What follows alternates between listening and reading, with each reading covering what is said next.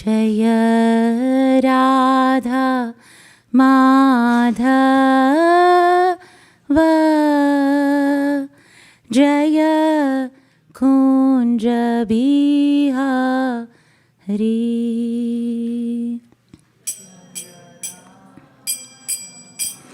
धव जय कुंज बिहारी जय राधा माधव जय कुंज बिहारी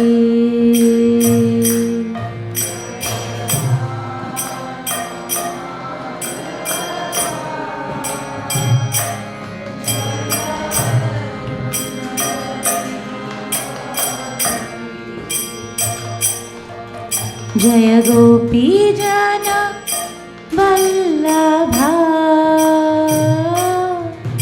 जय गिरिवर धारी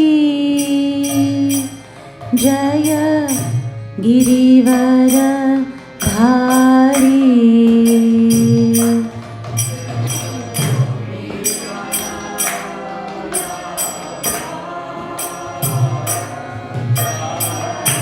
गिरिवर धारी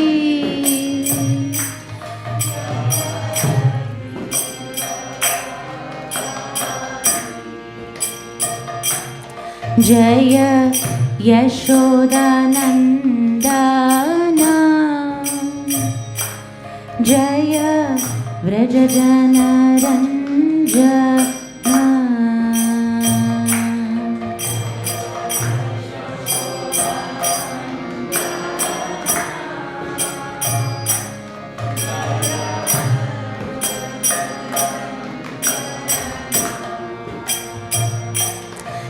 जय यशोदा नंदना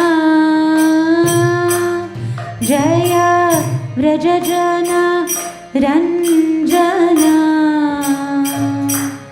जय व्रजजन रंजना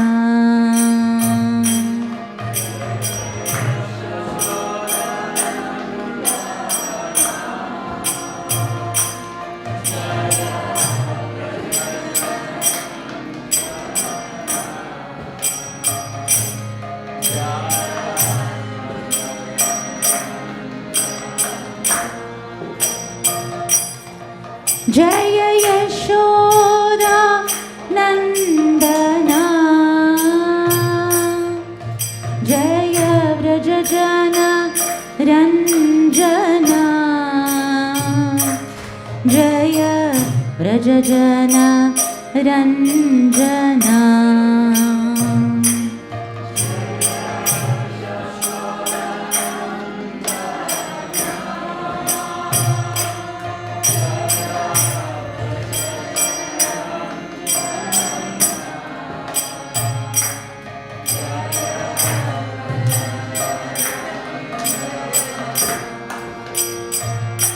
यमुना तीरा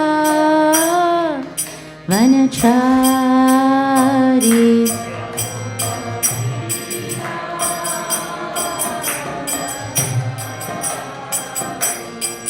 यमुना तीरा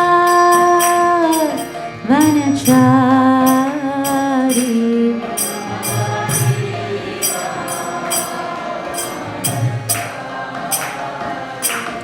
जय राधा माधव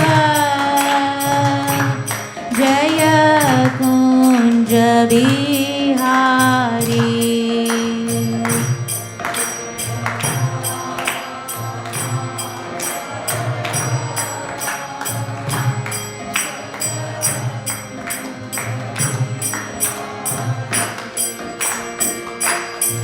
जय राधा माधव जय Kunj Bihari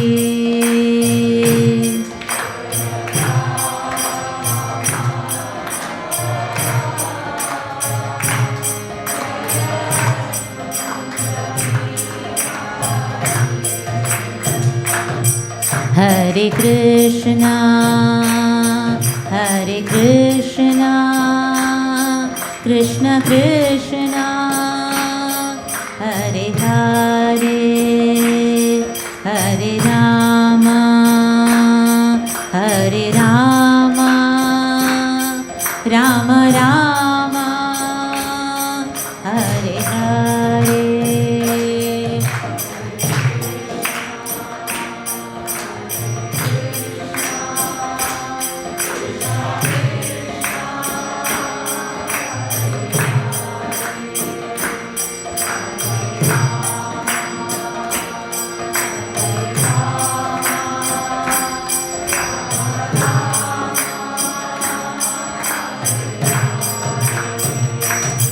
Hare Krishna, Hare Krishna, Krishna Krishna, Hare Hare, Hare Rama, Hare Rama, Rama Rama, Hare Hare.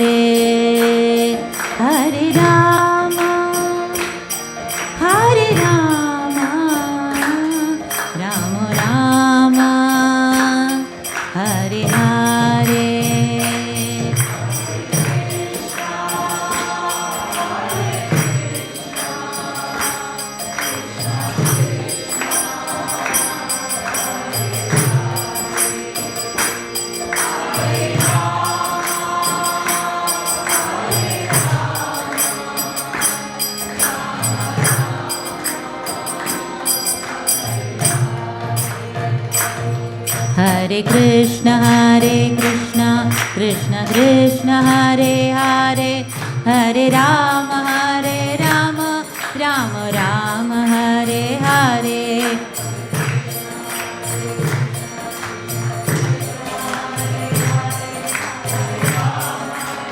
Hare Krishna,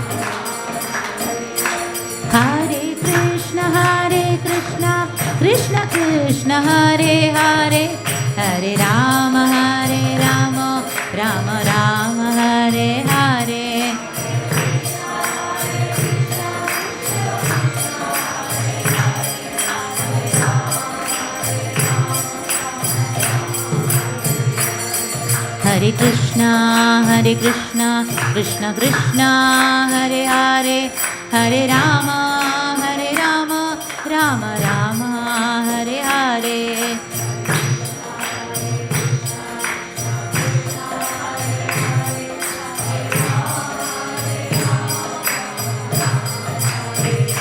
Hare Krishna, Krishna Krishna, Hare Hare, Hare Rama, Rama Rama, Hare Hare.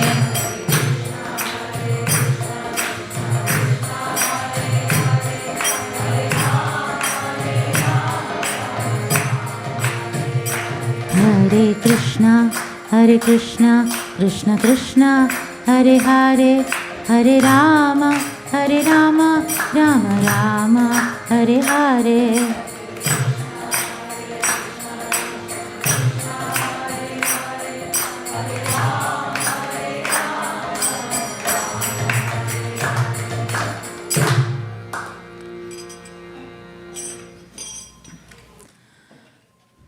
Om Jnanatimirandasya Jnananjana Shalakaya Chakshuranmilitam Yena Tasmai Shri Gurave Namaha. Hare Krishna, everybody. Today we will be talking about a very, very, very basic, fundamental understanding of why should we surrender to Krishna and how important it is. I thought we will start off with some discussion with everybody. What does surrender exactly mean? According to the Oxford Dictionary, it means submit to someone with authority. If someone has an authority, I say I'm yours and I surrender. How many of you in the audience would actually think that you want to surrender to someone? Great. There are 4 of them in the audience who want to surrender to someone. Yeah, including me. I don't think I will just want to surrender to anybody. Will you ever surrender to anybody? Let's see. Who do you all want to surrender to? These are questions. And what qualities will that person need to have for you to surrender to that person? And what qualities that person should not have to, so that you can surrender to the person? This is a very important part. And our entire Krishna consciousness is based on understanding these. If a person is Krishna conscious, he surely would have gone through all these, at least in his head, to understand why, who, what qualities does the person have. So isn't this so true? And I'm very happy everybody has been very truthful. We have some wonderful devotees who are surrendered from the heart, who could raise their hand and say that, yes, they're ready to surrender to anyone and at any time. But we're going to go into looking at who do we want to surrender and what qualities should that person have and what qualities should that person not have. Okay. Now, I did think that submit to someone's authority, most of them will say no. So I am right in my hypothesis. Will you ever surrender to someone? People who said no, please look at the top. We've already surrendered to social media, our bosses at office, spouse at home, and kids. So you agree or not agree, we do things that we don't want also for those people, right? So there is some amount of surrender there, right? So in true sense, you know Krishna who's standing on the altar, we call him Shri Shri Radha Madan Mohan, for everybody who's new. And he's called by different names depending on his attraction to his devotees, attachment to his devotees. And here he's called Shri Shri Radha Madan Mohan because he attracts everybody, every living entity. How many of us can think that he is a person, he's standing there, he's a deity form, but he can talk, he can walk, and he can absolutely reciprocate with everybody. Now, if some of them are not able to connect or do, it is just because, now Krishna gives lots of examples, and I'm going to just quote from all these wonderful books that I have here. Krishna says, we'll start with this, it's 18, chapter 66 verse, he says, Sarva dharman parityajya, mam ekam sharanam raja, aham tvam sarva papebhyo mokshayashyami mashusha. Now let's understand the meaning. He says, abandon all varieties of religion and just surrender unto me. I shall deliver you from all sinful reactions, do not fear. So at the beginning of the class today, we had 4 people who said they're going to surrender. And we had most of them said with no reaction. Here Krishna is asking us, abandon everything, just surrender unto me. So we go back to that question, important question, whether Krishna has the qualities that we can actually surrender.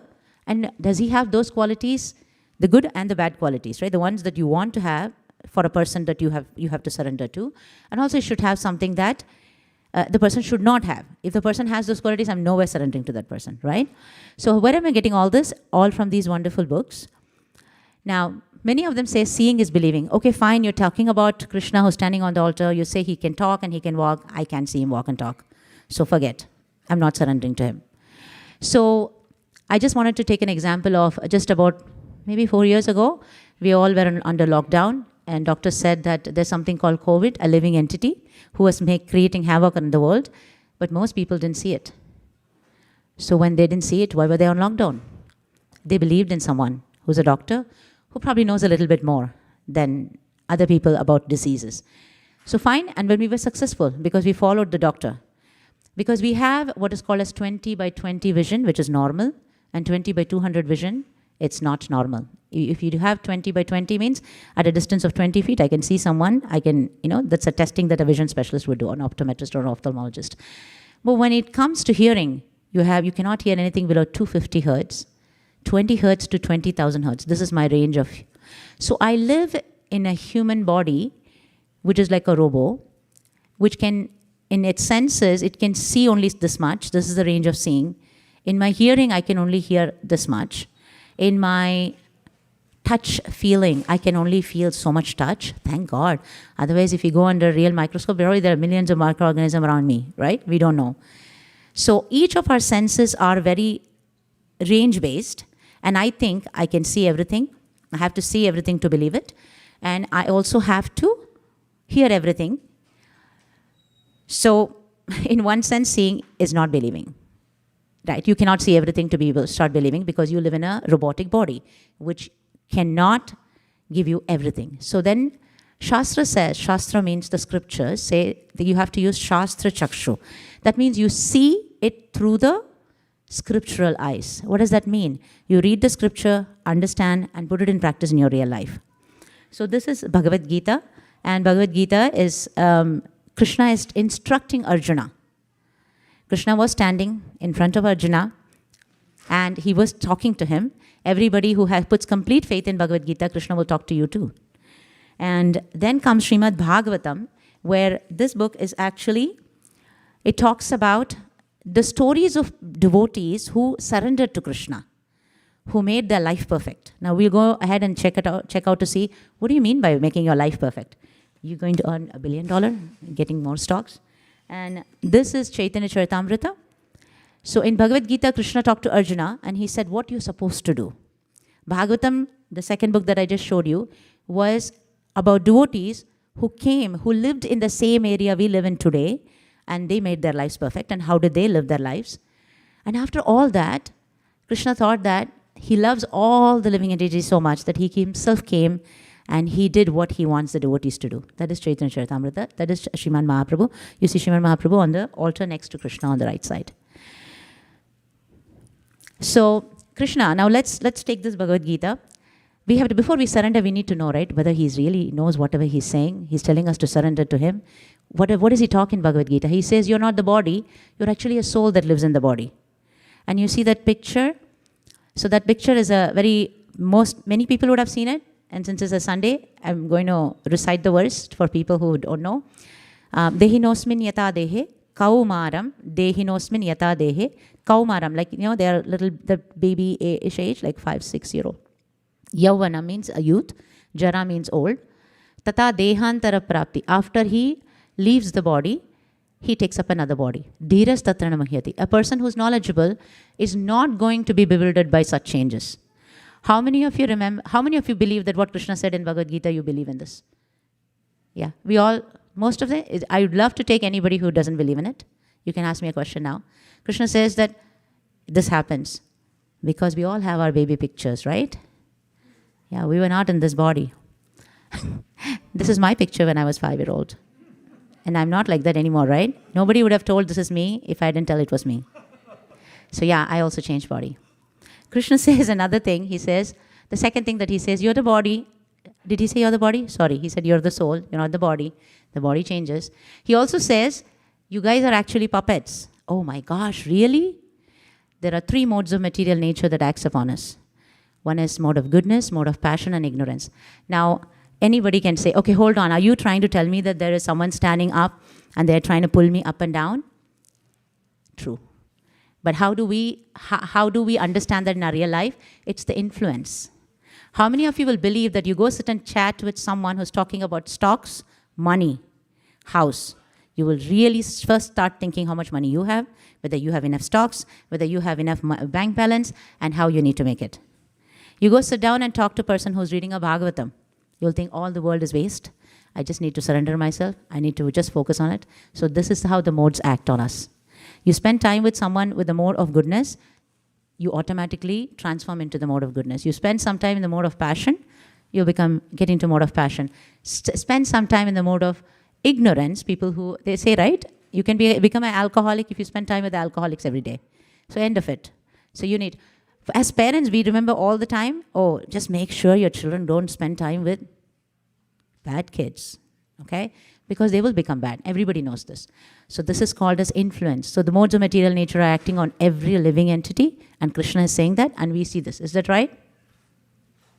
How many of you don't believe in it? Please raise your hand if you don't believe in it. That's so important. Because at the end of this, everybody has to raise their hand for surrendering to Krishna. Krishna also says another thing. He says in Bhagavad Gita, there are 4 miseries in this world. That is birth, old age, death, and disease. Well, when I first heard this when I was in college, when I went to the Bhagavad Gita course, when Radha Gopinath Prabhu, I was like thinking, oh my gosh, really? Birth? I spend my birthday. It's an enjoying thing. I don't think it's a misery. Krishna doesn't say it's a misery today after for celebrating birthdays, but it is a misery when you are actually born. You're in the womb, you're literally in the upside down position, and you have a lot of amniotic fluid around you. It's a fluid that actually protects the baby. There are millions of microorganisms, and how that happens, the Srimad Bhagavatam explains it very beautifully. It tells you exactly what happens. And actually, I want to say that was one of the most important reasons I became Krishna conscious. I was doing my master's, and pediatrics was one of my subjects.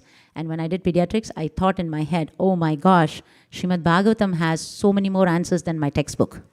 Because it has an answer. Well, I don't want to digress from where we are, but it also has an answer why today, even till today, the modern age, no pediatrician or no doctor would be able to tell you why you have a male child or a female child. Bhagavatam has it. And this was written 5,000 years ago. So it has a lot of other answers as well. So going back so Krishna says in Bhagavad Gita, there is birth, old age, death, and disease. So you see birth, old age, death, and disease. All of us believe in it, right? We see it every single day. There are kids born in the hospital. There are people dying in the hospital. We have different variations of COVID coming and going, and lots of other extra ailments that happens all the time. And we all get old, right? You saw my picture. I'm already getting a lot of white hair now. So now, Bhagavad Gita also talks about one very important thing, and I really love this chapter. In 6th chapter of Bhagavad Gita, it talks about how to get rid of depression. This country, this world, they're doing everywhere around the world. They have a lot of problem with people having depression, right? And 6th chapter of Bhagavad Gita is the most important chapter for people who are undergoing depression. Krishna talks about what's your mind, how to overcome your mind. Every single day, read the chapter. If anybody has a concern, there are some wonderful books just based on that chapter. So Krishna says, there are only 2 problems you can have in this world. Oh, what problems? You can have a problem with your body, that we just saw. You can have a problem with your mind.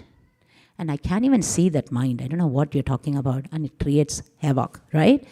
So this is all spoken by Krishna in this book.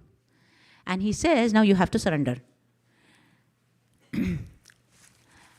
Why should we? So we are living in this material world where there is birth, old age, death, and disease. But then we come from a world where there is no birth, old age, death, and disease. That's called Vaikunta.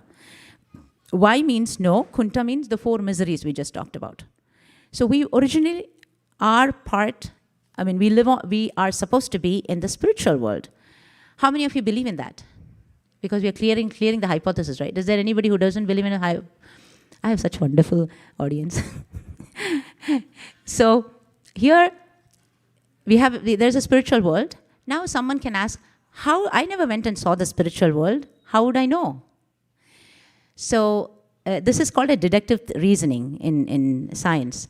If 90% of what a person talks in his book is right, even if some things that he has not talked, even if something that he has talked and you don't understand, it's supposed to be right. That's right. So we don't know. We've not seen our soul, but we see our body change. We see all the 4 miseries in the world. We see that there is depression. There are only 2 problems in this world. I can have only 2 problems. Actually, I can have more, but we will stick to this 2 because we cannot do the whole Bhagavad Gita. So mind problem or the body problem, right? So when Krishna talks about all this, I'm just trying to understand, wow, he's actually talking about my life, everyday situation. I'm having all these concerns. So when he says that, he is the seed-giving Father, and we are part and parcel of him. And we actually originally supposed to live in the spiritual world, and we've come here. So what did Krishna do?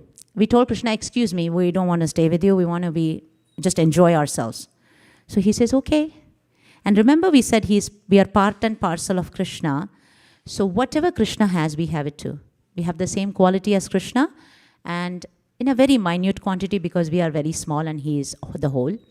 So he has independence and we also have independence. So what he's doing is, he is creating this universe for us. We ask him and he does it. He's our Father, eternal Father who takes care of us. And he says, okay, you can go do it, whatever you want.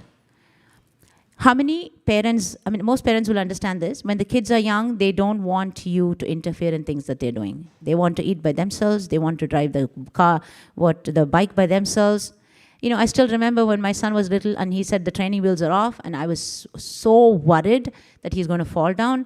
I was running behind him, not touching his thing, but I was just trying to hold on the back seat like this so that in case he falls, I hold it.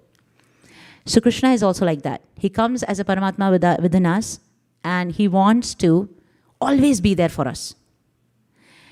But then he will never interfere with our independence. So he creates this universe and he says, okay, go, I have given you independence and you can enjoy yourself. Now, here are some of the analogies that I've been really meditating on why we should surrender only to Krishna and not to anybody else.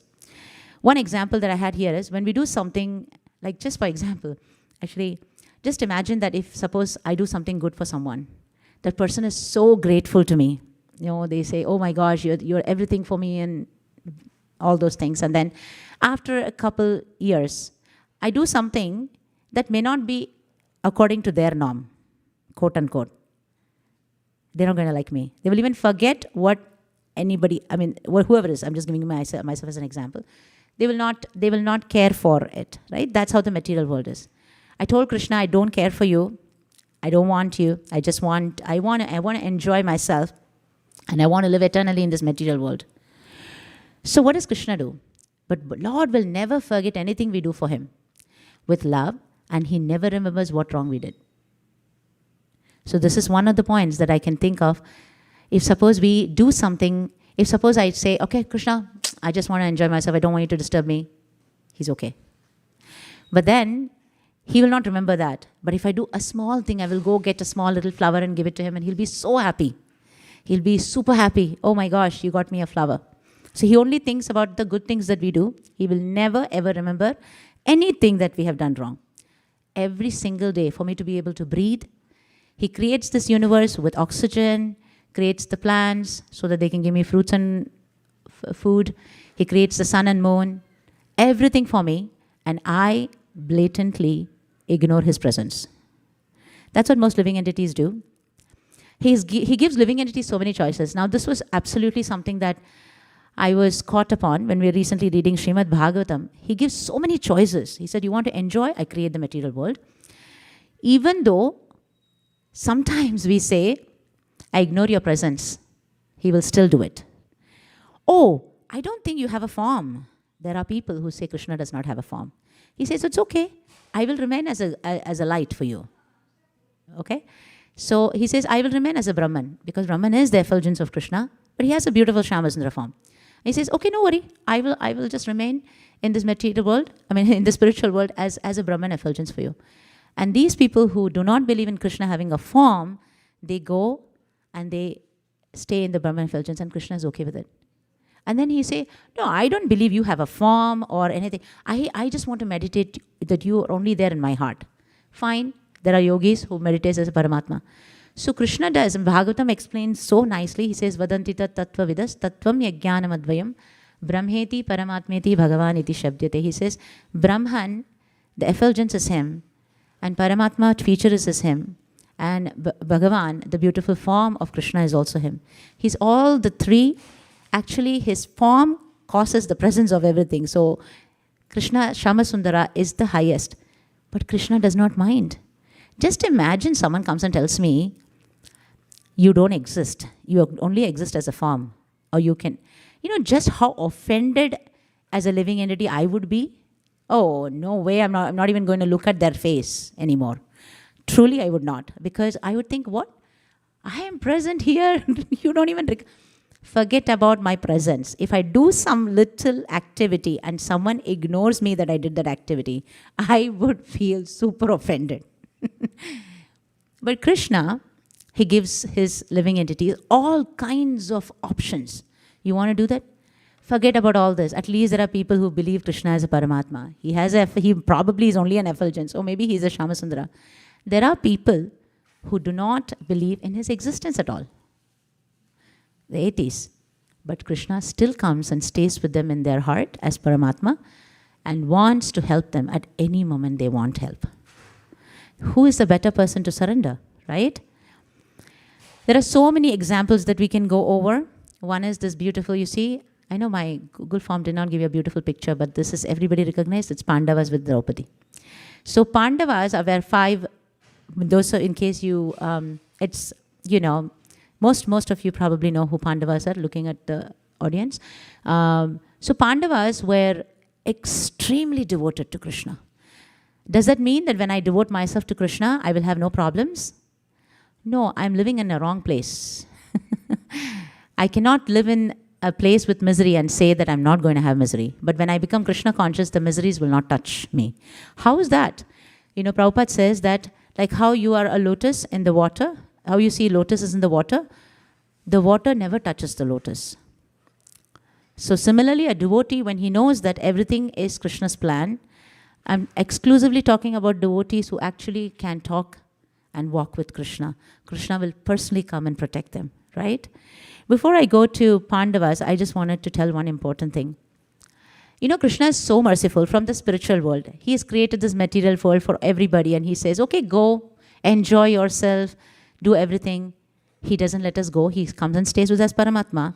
And he on and off. He comes in different forms, incarnations. Now, do you think he comes only as a human being to protect all the human beings? No. He comes as a fish, Matsya. He comes as Kurma, a turtle. Varaha as a boar. Nrsimha. Many of you must have watched the Nrsimha movie. It's a fantastic movie, and I really, really loved it. And it is that that how merciful Lord can be. So he comes as Vamana, you know, all the different forms. And he comes in different forms because he is not only attached to the people in the human form of life, in the living entities, he's also attached to everybody who is any living entity, as Matsya, Kurma, Varaha, you know, he wants to attract all different kinds of living entities. So here, let's talk about, so before I go ahead with the next part, any questions or anybody who thinks that we cannot prove the hypothesis? Yes, Prabhu. Can I get the mic?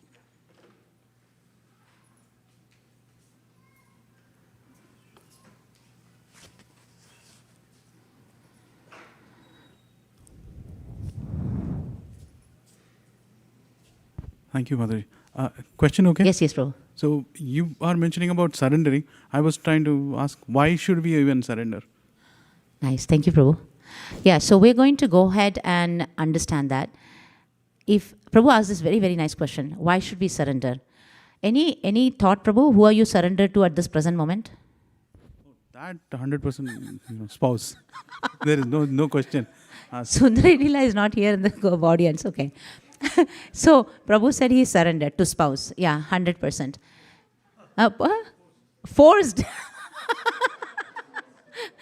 So you have to be forced or unforced. There are two things that every living entity has to do. One is serve, and the other one is love. So this is coming from Srimad Bhagavatam, Bhagavad Gita. We understand from Srila Prabhupada's purports. We cannot live without serving and loving. All of us, we might be loving, like Prabhu said, you might love your spouse, your children, you might love your dog, you might love your neighbor, you might love your boss for some situations. You might love so many people. You might act you're loving, but truly you need someone to love. If you don't have someone to love, it's very difficult for the person to live, right? So love and serve. People might be serving their country, at work, at home. Without service, we cannot exist. It's like Prabhupada says, like sugar is sweet, fire is hot. So it is the dharma of a living soul to be able to love and serve. Now, this is very important. We will find our utmost satisfaction in loving and serving Krishna. Now, that is mentioned in Shastra, and that is also mentioned by several devotees who have been successfully doing it for many years, And they do feel a big difference between loving and serving anybody else in this world compared to loving and serving Krishna. So that's a very important point, Prabhu. Now, what does a surrender mean? We'll get to that more detail. But since you asked, I was just thinking that I have to, in Bhakti Rasamrita Sindhu, that's a very beautiful book as well. And he says, Anya Abhilashita Shunyam, Jnana Karmadi Anavritam, Anukulyena Krishna Shilanam Bhakti Ruttamam. I should not have a motive. Unfortunately in this world, I love someone or connect with someone because I have a motive. It's very difficult to take that out in the material world. Have you ever seen anybody, they just want to come and do something just for the sake of doing? You have a question, kyun kar raha hai? What's happening? Is there anything for him? You will have this big question in your head because you cannot believe a selfless person in this world. Bhagavatam says, every living entity is selfish. The first person that I think about is me. I will think about my child because the child is correct. Of course, child is different because a parent and child attachment is more to, like Prabhupada says, like Krishna and us. But just think about spouses or my work or my country. Everything is because of me. I am the center of this whole world. But I'm not being happy. I'm like fish out of the water. I have to learn how to surrender to Krishna because I am part of Krishna. So that when the whole and the part get together and stay, then you will actually be happy. And Srimad Bhagavatam has talked about so many stories. Now, is that help, Prabhu? We'll go more in detail. So this is Pandava and Draupadi. They were such great devotees of the Lord, and they never thought about, now they were really selfless. They did everything for the sake of their Janata, or the people who lived in the kingdom, and they were always surrendered to Krishna. Didn't have problems? They had lots of problems, there's no question. But they were surrendered to Krishna. They knew Krishna is going to take care of them, and Krishna did take care of them. We all know how Draupadi, when Dushasan was actually stripping her naked in the Kuru dynasty, she was praying to the Lord. Now, my Guru Maharaj, I was just listening. She was holding her sari with her tongue and she said, Krishna, Krishna, Krishna, like that. Nothing happened. So when she let it go and she lifted her hand and she was so totally surrendered to Krishna, and the Krishna appeared. So that is what is surrender. That I don't depend on my own plans. I have to surrender, tell Krishna, you're going to take care of it. When I don't have the doubt that Krishna will take care, that's when it doesn't happen. So even the 5 Pandavas were actually poisoned, but nothing happened to them. They were tried to, in so many ways, the Kuru people tried to get rid of them, but nothing happened because their connection and belief in Krishna was so much that they were always successful. Always successful. Now let's talk about Dhruva Maharaj. Now Dhruva Maharaj, he was also a person who was sitting and meditating on the Lord. He was only 5-year-old. He had so much of, now of course we don't have to go into the forest now. Like Dhruva literally went into the forest and meditated for so many days with no water, nothing. In Kali Yuga, Chaitanya Mahaprabhu comes and he gives us an easy way. He says, just chant Hare Krishna. Don't think of anything else. Just do very simple things. Now for us to qualify to go back to the spiritual world, we are supposed to do something, right? We cannot be a nuisance for people living up there. If I'm thinking only about myself, if I'm always selfish, if I'm always thinking, okay, what is next for me? Okay, I'm going to do this, but I'm not like full-fledged with it. Well, we will not be able to get our visa to go back to Goloka Vrindavan. So here, so Krishna is reciprocating. And the most important part is his sincerity of heart is what he sees. Krishna sees the sincerity of heart. Even if I make halwa, and if I don't make a good halwa, my family will not like it. Why should I say halwa? Let's say gulab jamun. Most people don't like halwa nowadays. Gulab jamun. So if you make gulab jamun, and you didn't make the gulab jamun nicely, right? No, none of your family members are going to appreciate it or eat it also. But you put it for Krishna, Krishna will take it. Does he mean he will say, okay, excuse me, I cannot eat it? Now, there are situations where he has said that also. We'll get to that. But when people like us who are trying to surrender to Krishna and understand small, small things, he will accept the thought that I had. I have a sincere desire to serve Krishna. So he's called Bhavagrahi. Now the next one is just by hearing Krishna's name, when I say Hare Krishna, Krishna Krishna, Hare Hare, Hare Rama, Rama Rama, Hare Hare, I purify myself. What does that mean? Can somebody tell me what does that purify mean? If I can I say I go to the market every day and buy bananas? I go to the market every day and buy bananas. Will I get the same effect if I chanting Hare Krishna mantra? Why not? Isn't that also a chant? Chant can be anything, right? Krishna's name and form are non-different. In the spiritual world, when I say I am thirsty, when I say the word water, my thirst will get quenched. Prabhupada gives a very nice example. He says that there is duality in this world. When I say water, I have to go get something, water in my glass and drink water, so my thirst will get quenched. But in the spiritual world, when I say Krishna, the name Krishna, it's like I'm actually touching Krishna. So the name Krishna is non-different to Krishna. That's why any other chant will not work.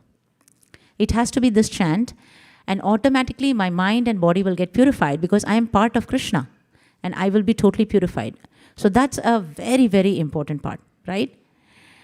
Now, if I'm displeased with anybody, if I'm displeased with someone, I don't even want to respond to them. I'm actually trying to take that out because everybody can hear me and not read. So when I'm displeased with someone, I'm truly displeased. I cannot think. I may only act as if I'm pleased. But Krishna is one person. Even if he is displeased with you, he will do everything for you. Now, we could take about a lot of, he only looks at the motive. The motive that remains, I want to have a right motive to please Krishna. Even though, unfortunately, I am so downtrodden in a sense, I'm not able to do everything that Krishna wants. I'm feeling so bad. There are situations like that. But Krishna says, oh, that's okay. You're trying very hard. He's only seeing the 2% out of the 98% that I've made progress. Now, no, though his devotees, serving Lord devotees is another, an easy way to please Krishna. Now, first important thing is, let's go back to the basics of how we started. How many of you think that Krishna is actually... So let me recap of what we did. So we said that Krishna says, you have to surrender to me and I will take care of you. So we looked at all the options of surrender. Who should be surrendered? A person who is selfless. Isn't Krishna selfless? He doesn't need us. We need him all the time, even to breathe. So he comes and stays with us to help us, even though we ignore him. Even though he gets displeased, he will continue to help us. Even though you're an atheist, he will help you. It's not that he's only feeding devotees. He feeds all the atheists. He feeds every living entity, every single day. Now, after having done all that things, what are things that you don't want in a person that you want to surrender? Somebody who's going to be bossy? Is Krishna being bossy? No. Just think about it. He says, surrender unto me. He gave a book and he's sitting in the heart waiting. Someday you will surrender. Someday you will surrender. If he was bossy, he would have said, hey, come on. You got to surrender. You're getting... The air you breathe, the food you eat is all coming from me. So he's not bossy, right? I see only 2 heads here. Do all of you feel Krishna is not bossy? Yeah, Krishna is not bossy. Krishna is giving us so many choices. And he's saying, it's your choice. And the last line of Bhagavad Gita, Krishna tells to Arjuna, I have told you everything. Now if it's your choice. If you want to surrender, you can surrender. He's still not telling that surrender to me and I will take care. He's saying you surrender, I will take care. But at the last, after all the 18th chapter, he says that you can do any way you want, Arjuna. So anybody who's reading Bhagavad Gita is also the same story. You've heard the whole story of Bhagavad Gita. You're not the body, you're the soul. You have problems in this material world. You're supposed to live in the spiritual world. I'm always there for you. You have to come back to me and I will take care of you. And after all that, he says, okay, he's not bossy, right? He says, you do whatever you want. Now, who else can we surrender to? A person who's not bossy, who will do anything I want and give me all the choices in the world, and I'm still not surrendering. Now, let's understand what is surrender, right? Now, is everybody clear with the hypothesis that, yes, I have to surrender to Krishna? Yes, we have nothing else in the world we have to surrender to. We only have to surrender to Krishna because there's nobody else too good as Krishna. You will not find anybody in this whole world who's as good as Krishna. It's like, who else can talk about Krishna? Only he and his devotees. But if I want to connect to Krishna, I need to have a person that knows Krishna better than me, right? And there is a wonderful Guru Parampara. I will not be able to understand Krishna if I'm not connected with the Guru Parampara. So it's very important that I connect with a Guru who can tell me exactly what his realization in the process has been. Like most of the people who want to do medicine, they will actually go to a medical college and learn from a medical doctor who's already graduated, right? I think that's very commonsensical. Then think about people who want to be engineers. They can't just go and learn about how, how AI works. Can I say that now? Everybody's talking about AI. Well, at the end of the day, somebody should know how to do it, right? Then how can I say that, oh, I'm going to connect with Krishna myself. Oh, I'm already connected with Krishna. Oh, he talks to me. He walks with me. That's not possible. So you have to have a person who has graduated and connected to the Guru Parampara, who will be able to tell me exactly who Krishna is, what Krishna loves. And Krishna says in Bhagavad Gita that if you connect with a devotee, with a Guru, and follow the Parampara, because it's mentioned, Evam Parampara Praptam. It's not, it starts from Krishna, it comes down to Srila Prabhupada, and then comes down to Srila Prabhupada's disciples, from whom we can take Diksha, from whom we can take, what is Diksha? Diksha basically is, I'm trying to tell Krishna, I'm very serious. I want to come back to you. Krishna says some very simple things.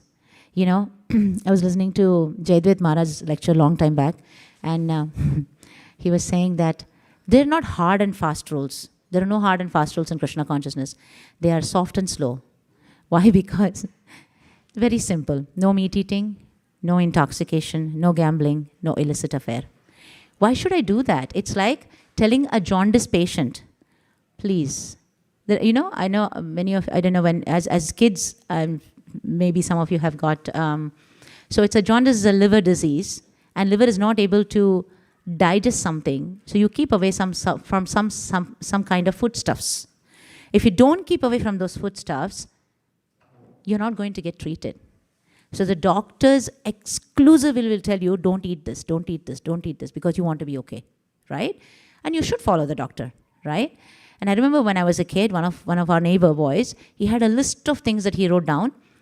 My dad is a doctor, so he would come and ask my dad, Uncle, do you think I can eat this, this, this, this? My dad will say, yeah, keep putting it in the list. So once you're okay, you can eat it.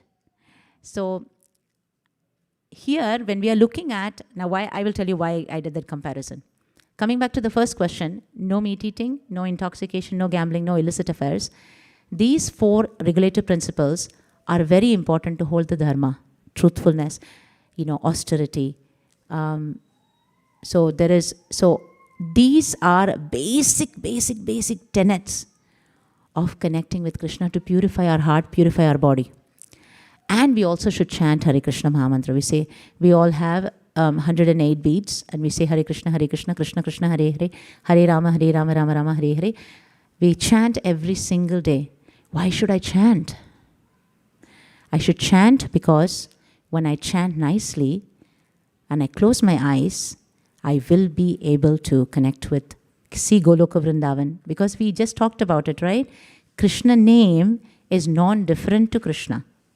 So when you chant, you will connect with Krishna, you will connect with his paraphernalia, you will connect with the spiritual world.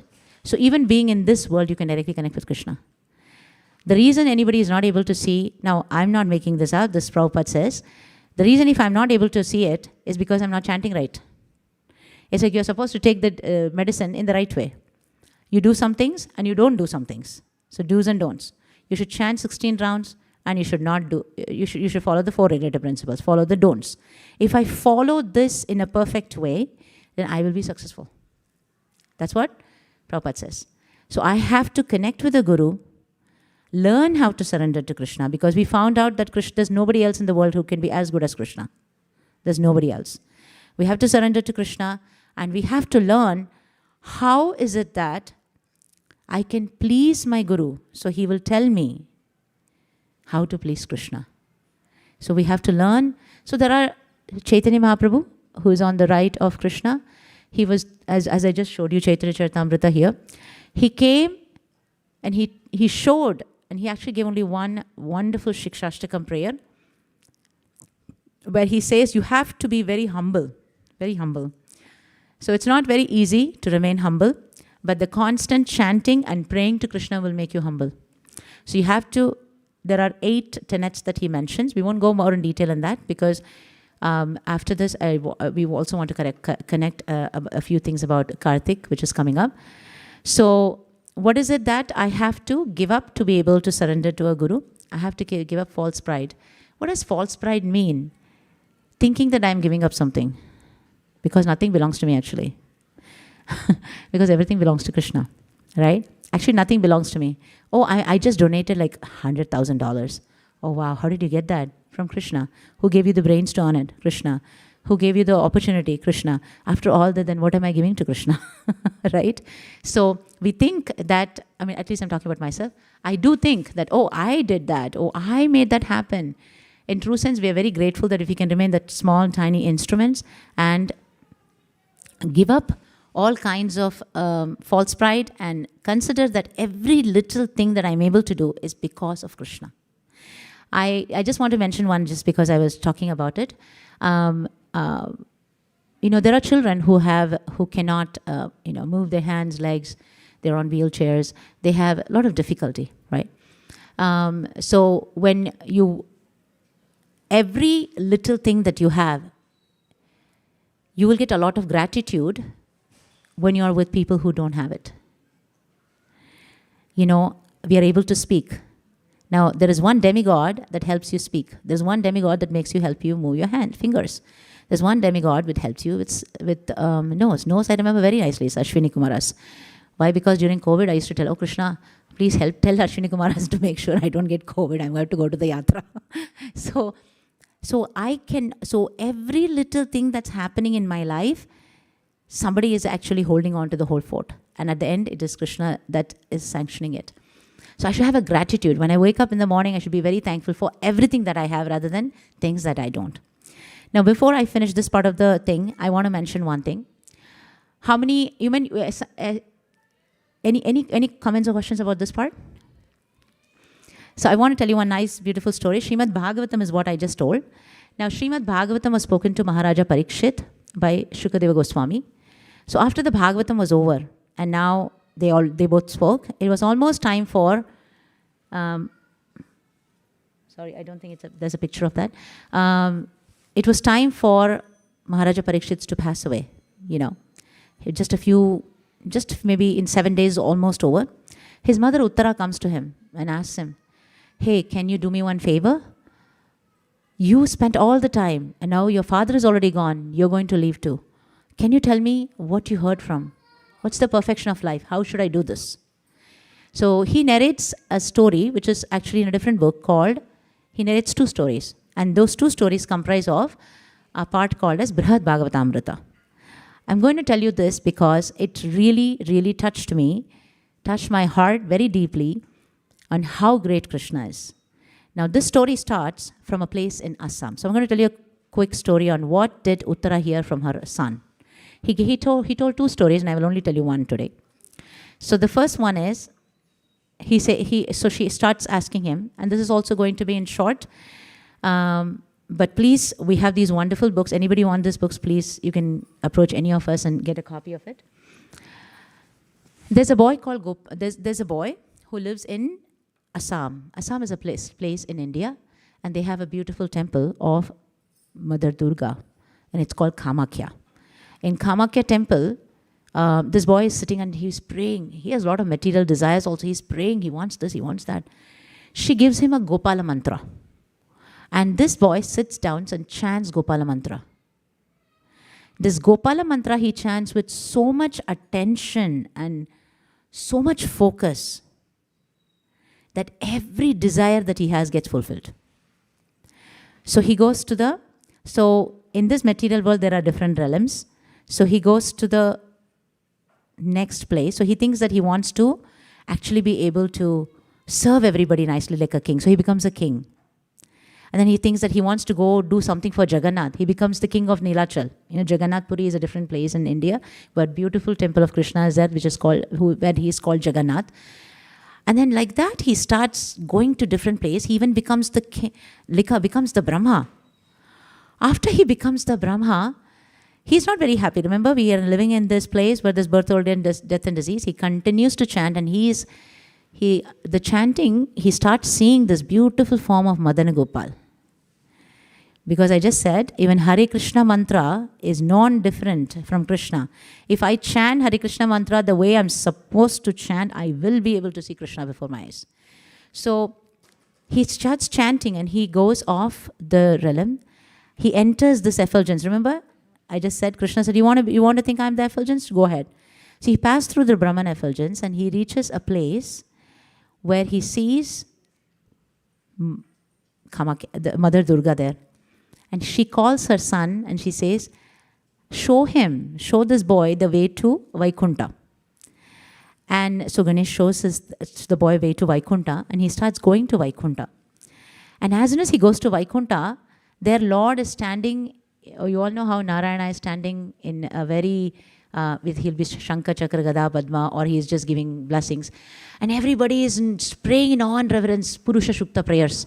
The prayers that, are praising the Lord. Hey, great, you're such a great person. Now, Gopakumara is seeing Madana Gopal. He's seeing the same face. But he's not seeing the same attire. You see Krishna, he doesn't even stand still. He stands in threefold bending form. He doesn't stand straight. So he has a threefold bending form. And Narayana is standing straight like this. He wants to run and go hug him. And immediately Narada Muni is helping him. He says, come back. You cannot go hug him. And he says, I understand where you want to go. So let's go. I will take you there. So he goes to Goloka Vrindavan. Because he has an eternal relationship with Krishna in Goloka Vrindavan. So he goes to Goloka Vrindavan. It's evening time, and Krishna goes into the pasturing grounds every day. And the evening, he usually comes back home. So there's a lady standing there, and he asks that lady, I'm not making the story. This is really a Brihad Bhagavatamrita. The lady is standing there, and the lady is asking him, he asks the lady, where's Krishna? She points to the path, and he says, Krishna is going to come walking that way. So he's waiting, and he sees Krishna. As soon as he sees Krishna, he faints. Do you know who faints? Krishna faints. Gopakumara, this boy, Gopakumara, also faints. He doesn't understand. Balram comes close to Gopakumara. He tells him, come and say Krishna's name in Krishna's ears. Everybody is watching. Who's this boy who's waking, who just walks in and makes sure that our Krishna faints? Who's this? So Gopakumara has just gone back from the material world to the spiritual world. And he's meeting Krishna. Now the conversation, when you read the shlokas, he says that, so this is a conversation I'm going to say. So one person is telling the other person, how long did it take you to come to me? How long did it take you? So first when I read this, I thought Gopakumara is telling Krishna, because that's what I feel. Krishna, when will you ever make me purified? When will ever this happen, right? Then I thought, oh, no. It is Krishna in the conversation. I went back and read it again. It's like, oh, Krishna is telling Gopakumara, how long did it take you? I have been waiting for you for such a long time. So Krishna has tears in his eyes and Gopakumara has tears. They both hug.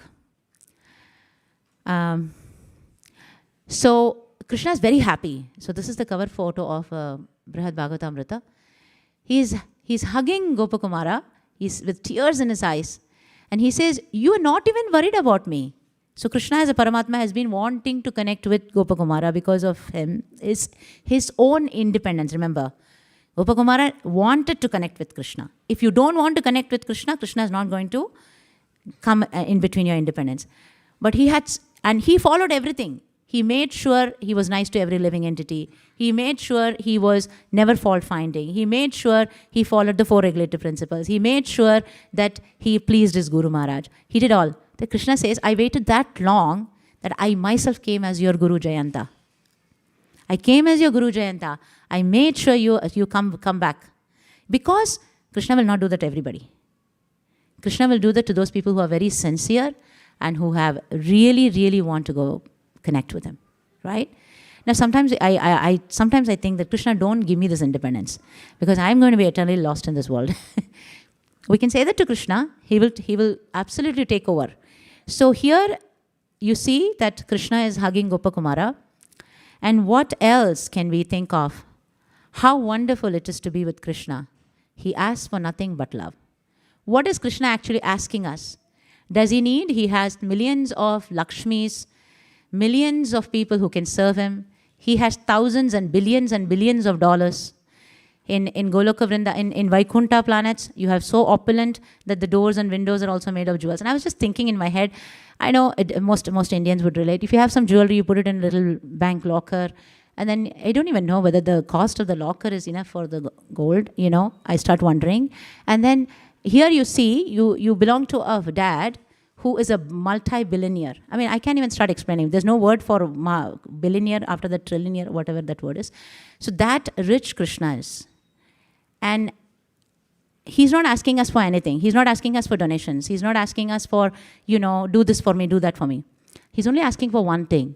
He really wants to love us. He really loves us and he only wants love from us.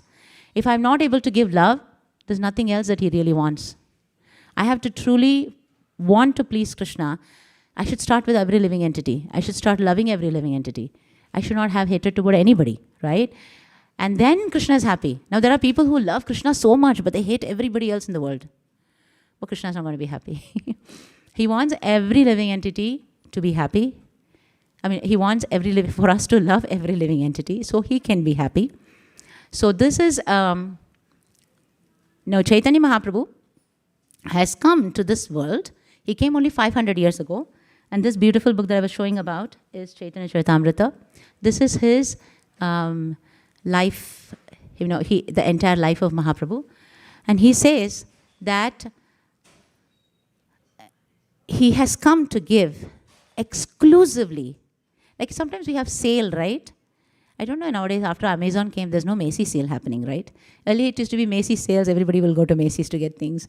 Nowadays, I don't know when the sale happens, but there is a sale time. This 10,000 years when Mahaprabhu came is a sale time where you can go back to Goloka Vrindavan.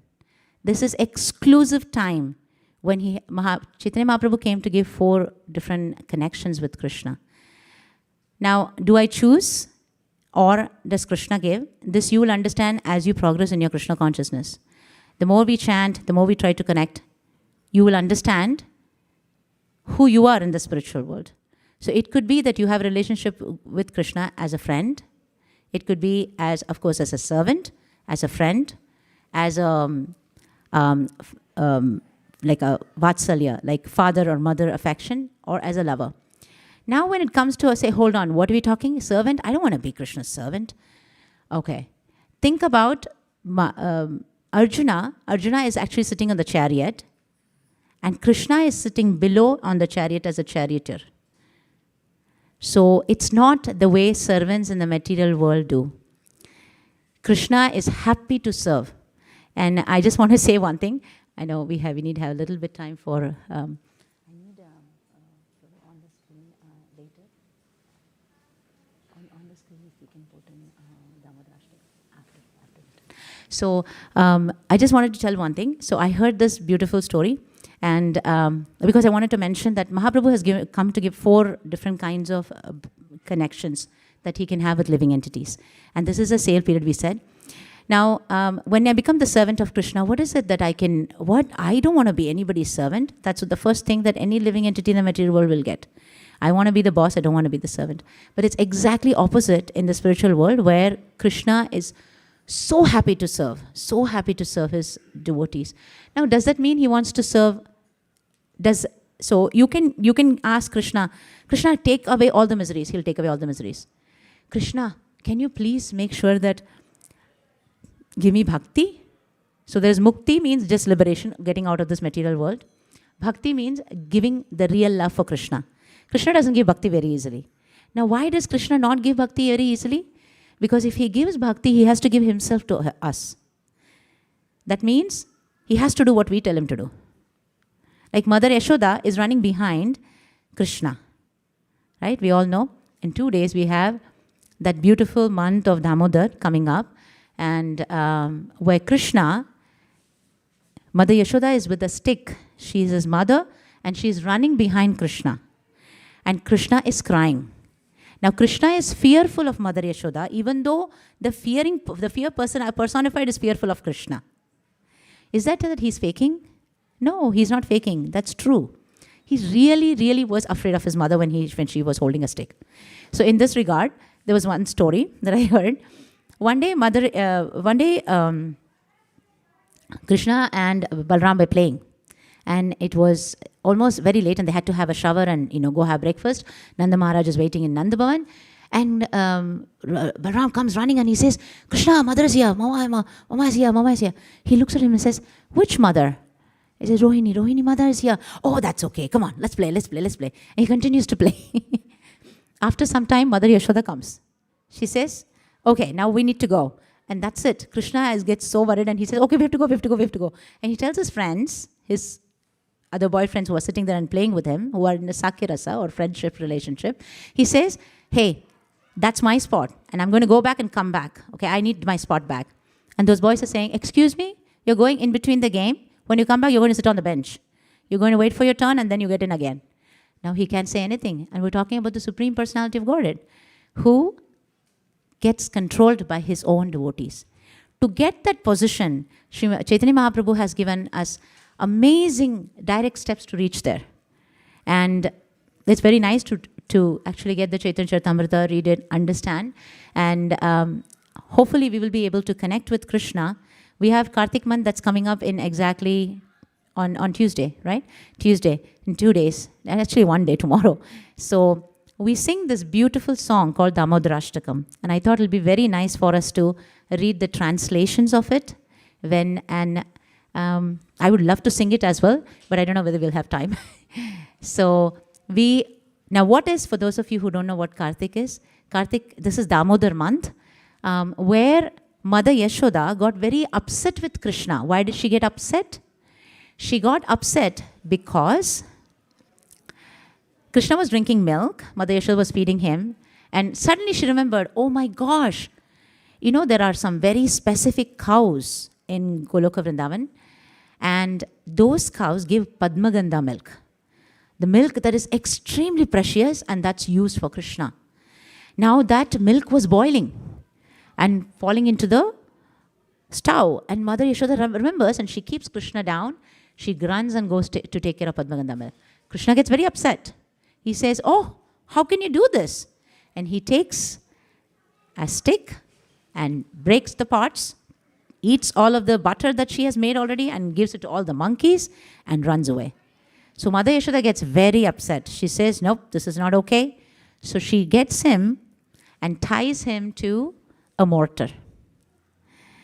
Now, there are two things that happen. One is, Mother Yashoda kept getting a lot of cloth and she wanted to tie Krishna, but she was not able to tie. And every single time, how many ever ropes she got, cloth she got, whatever she got, only 2 fingers short it was. So wonderful acharyas explain, the 2 fingers are my endeavor to hold Krishna together and Krishna's mercy on me. Both should be there. So at last, of course, Krishna gives up and he says, "Okay, tie me." So this entire month, we sing this beautiful song called Damodarashtakam. Devotees can take turn and read the translation. We can try to do the translation and meditate on Lord Damodara. And the most important is, let's try, because we are very clear now, right? There's nobody in the audience who thinks that we should surrender to somebody else. How many of you think that you can surrender to someone else? How many of you think you have to surrender to Krishna? Okay, the hypothesis confirmed, and we are going to surely surrender to Krishna. We're going to make an attempt to surrender to Krishna and understand Krishna in the next 1 month. Every single day, we sing this song, try to understand. Before I surrender, of course, this was just a short talk thinking about who's Krishna and why I have to surrender to him. But these wonderful books, those of you who don't have, please get them. We have them here. And you will be able to understand the person more better. The more you read, the more you understand him. Because there's so many things that I'm thinking about now, but we don't have time to discuss. So let's go ahead. Can we get the mic? Whoever has the mic can get started. To the Supreme Lord, whose form is the embodiment of eternal existence, knowledge and bliss, whose shark-shaped earrings are swinging. Prabhu, go ahead, please read. Are swinging. Who is beautifully shining in the divine realm of Gokula, who, due to the offense of breaking the pot of yogurt that his mother was churning into butter, and then stealing the butter that was kept hanging from a swing, is quickly running from the wooden grinding mortar in fear of Mother Yashoda, but who has been caught from behind by her, who ran after him with greater speed. To that Supreme Lord, Sri Damodara, I offer my humble obeisances. Seeing the whipping stick in his mother's hand, he is crying and rubbing his eyes again and again with his 2 lotus hands. His eyes are filled with fear, and the necklace of pearls round his neck, which is marked with 3 lines like a conch shell, is shaking because of his quick breathing due to crying. To this Supreme Lord, Sri Damodara, whose belly is bound not with ropes, but with his mother's pure love, I offer my humble obeisances. By such childhood pastime as this, he is drowning the inhabitants of Gokula in pools of ecstasy, and is revealing to those devotees who are absorbed in knowledge of his supreme majesty and opulence that he is only conquered by devotees whose pure love is imbued with intimacy and is free from all conceptions of awe and reverence. With great love, I again offer my obeisance to Lord Damodara hundreds and hundreds of times.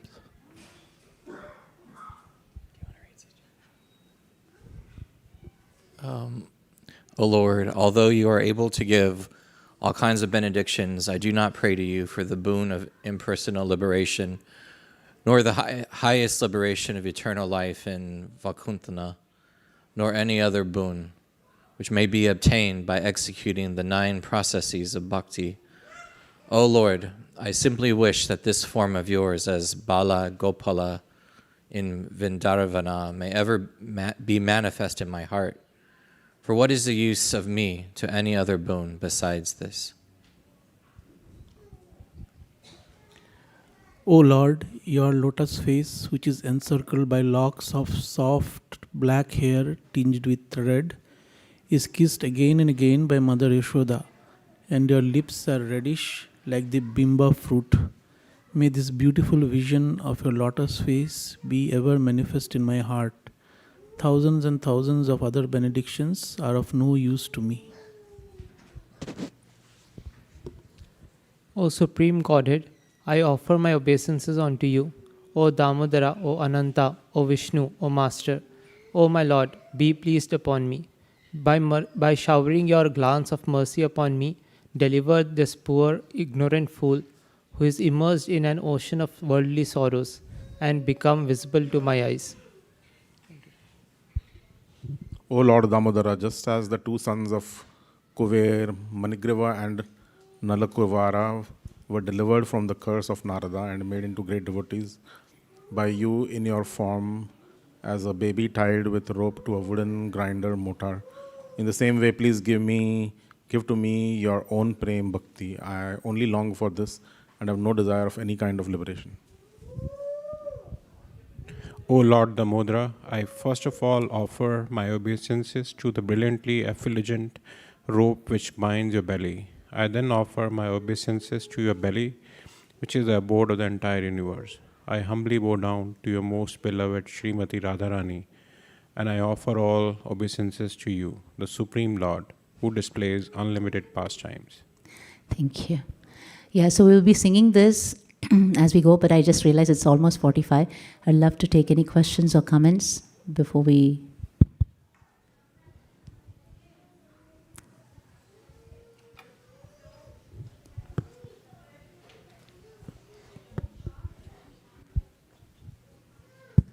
Hare Krishna. Thank you so much, Sukhesvari Mataji, for the wonderful class. Your class was very spontaneous, just like your nature. You have a spontaneous nature to do the service. And I was very inspired.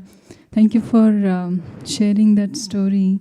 You shared many of small stories of Krishna, at least few of them.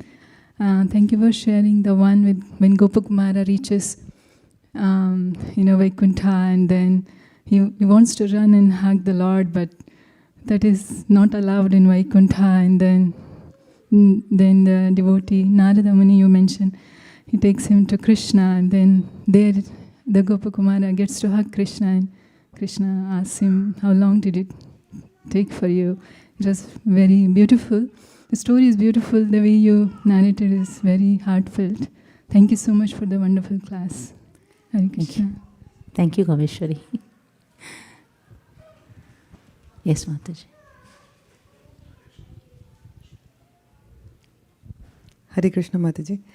Thank you for the very nice class. Mataji, one question came to my mind when you were sharing the slide about the three modes of material nature, like we are puppets in the hand of three modes of material nature. So, and Krishna has given us Go ahead, Mataji. free will. He has given us free will. So when we are in the material world, do we have free will? We have free will, but we cannot apply it. But when we surrender to Krishna and when we practice sadhana, we are able to apply that free will by making choices, good or bad. But coming back to material world, when people say that you can change your destiny by your karma, so is it correct? You can change, or you don't have the free will to change it, and it is driven by the prarabdha or karma. You are forced by the prarabdha to act in that way.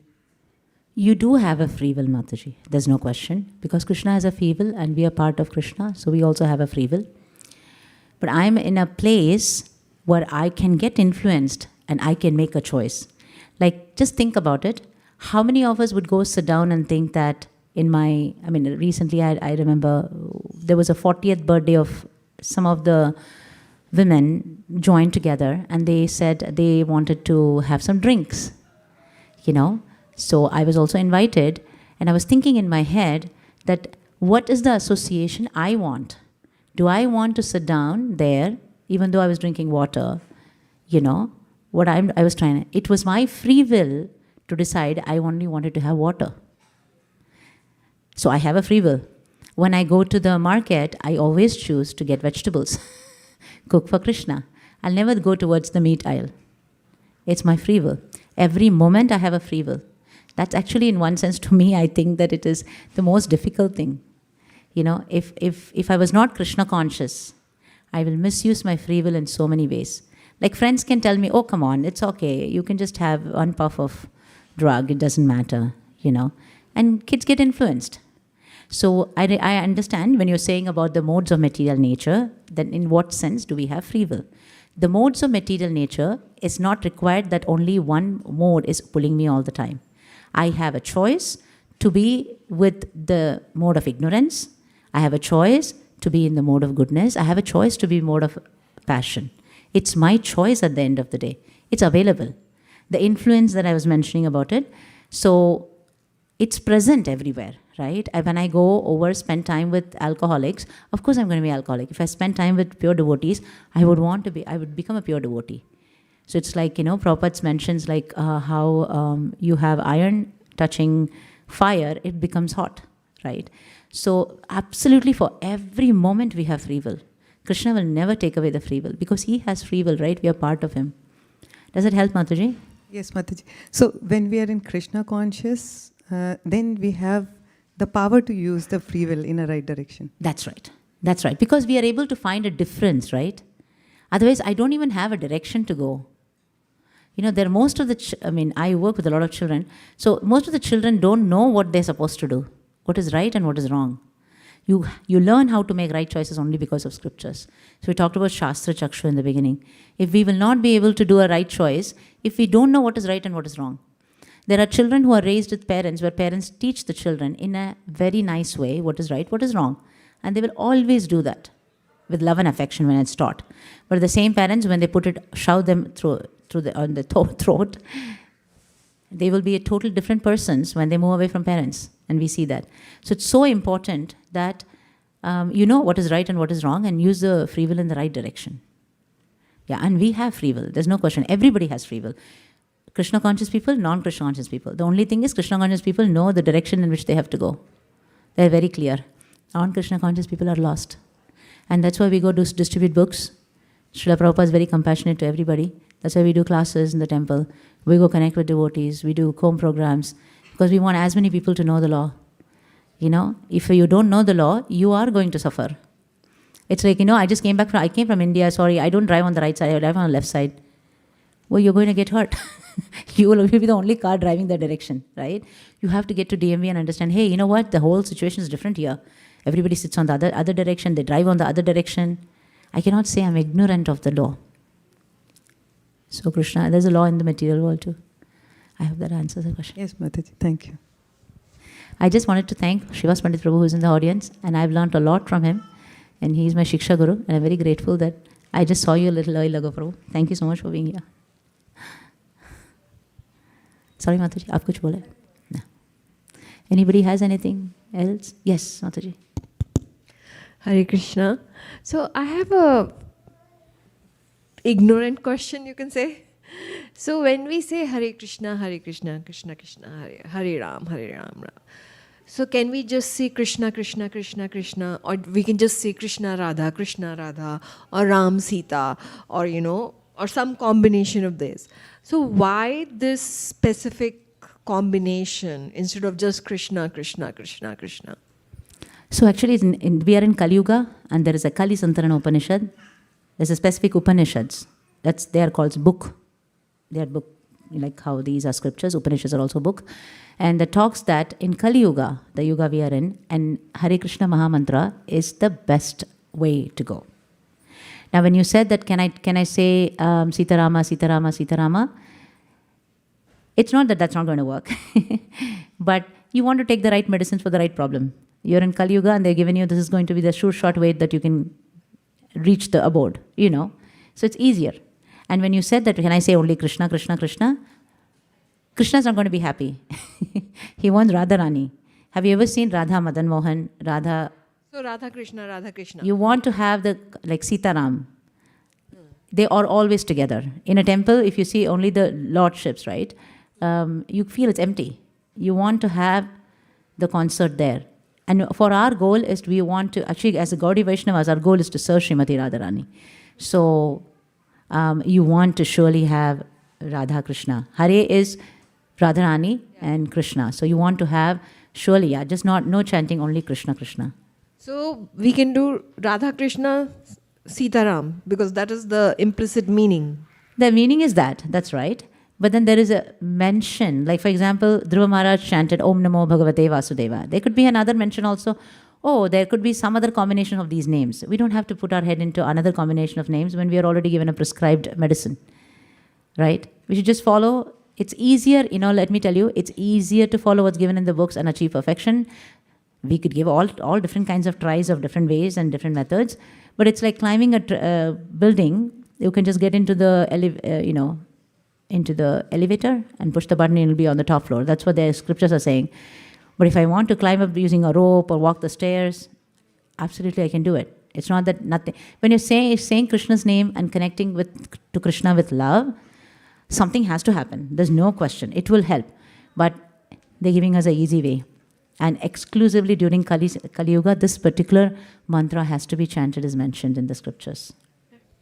Hare Krishna. Thank you, Mataji. Hare Krishna. Hare Krishna. Thank you for the lecture. Surrendering at the feet of the Lord is a no-brainer. And basically, that's the only way to strengthen the sadhana. But I had a question in terms of to further solidify our bhakti, do you have any advice to develop intellectual love for the Lord? You want to develop intellectual love for the Lord? You're using your intelligence for the Lord, you mean? Yes, only for the Lord. Absolutely. To develop intelligence for the to understand Krishna using your intelligence, that's why you're supposed to read the books. But the love is always going to be, I would not call it intellectual, because intelligence is going to help me understand why I should love God. And once I love God even if He doesn't fall into my criteria of quote unquote, this is what He's supposed to do, this is what He's not supposed to do, right? I don't use my intelligence after that. Yeah, I mean, it's way above just using your intelligence. But yes, you should sharpen your intelligence. So we have a beautiful analogy. I can quickly check that out. So there is a beautiful analogy given in Bhagavad Gita. So if you all see, oh yeah, this one. Okay, you see this picture here? Are you all able to see? Krishna is in the sitting. So because you mentioned about intelligence, this is the whole chariot is the body, and the person who's sitting in the chariot is their soul. That means Arjuna. And the 5 horses are the senses, and the rope is the mind. And the charioteer, who's Krishna here, is the intelligence. So we all should put Krishna in our heart as well, and request Him to be our intelligence. So our ropes, the mind, will be totally controlled, and my senses will also be controlled. Did it make a sense? So the 5 horses are the senses. The rope that hold the horses is the mind. The person who's holding the horse is the intelligence. And Arjuna is the soul, and the chariot is the body. So we also can put ourselves in Arjuna's position. We are the soul in our body. Krishna is sitting in our heart too. But his instructions, which is given in Bhagavad Gita, Bhagavatam, Chaitanya Charitamrita, can help us make sure we don't have a bumpy ride. We want to have a right direction, and our horses and the rope has to be held really tight and good. So we will never have any concerns.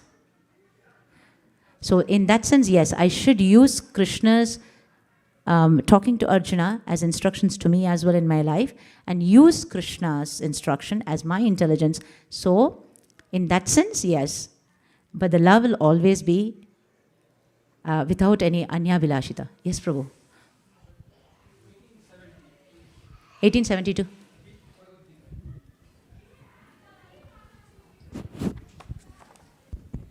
So, yes, Prabhu.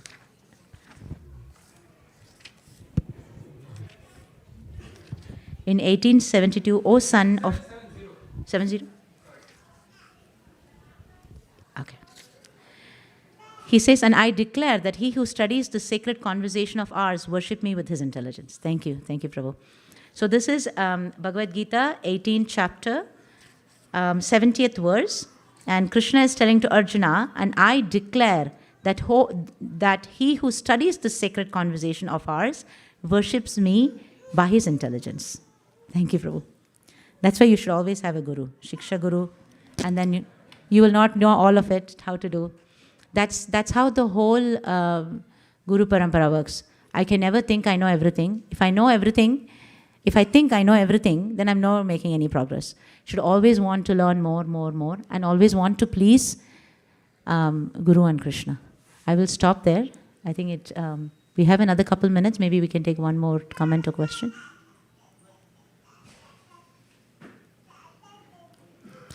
I was just thinking that if Kartik is coming up, it's a nice time to actually do some simple vows.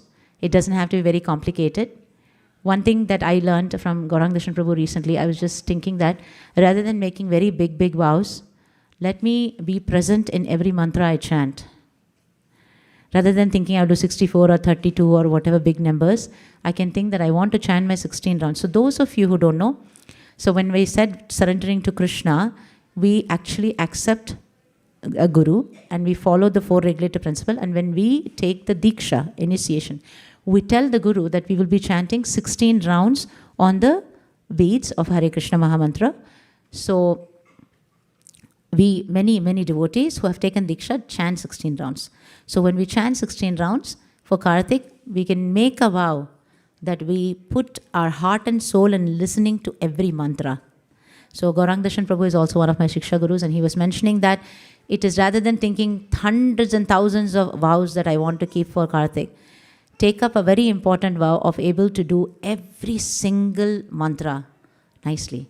Listening and connecting, making sure there's no phone around, there is no... So the best is to get up in the morning and chant, because there'll be no emails from work or no phone calls, everybody. So it's nice, I'm just thinking personally that I wanted to take it up seriously, that rather than thinking of so many rounds, I want to surely, that doesn't mean that you should not chant extra rounds. Please, chanting extra rounds is fantastic, but please make sure you do your first 16 very well and then chant extra rounds.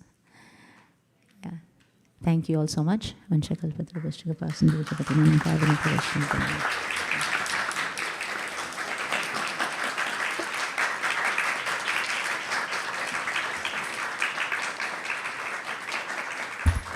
We will get up and we will put the placemats nicely on the back thing, and the jafus will go on the right side, and we'll get ready for Aarti. Thank you. Hare Krishna.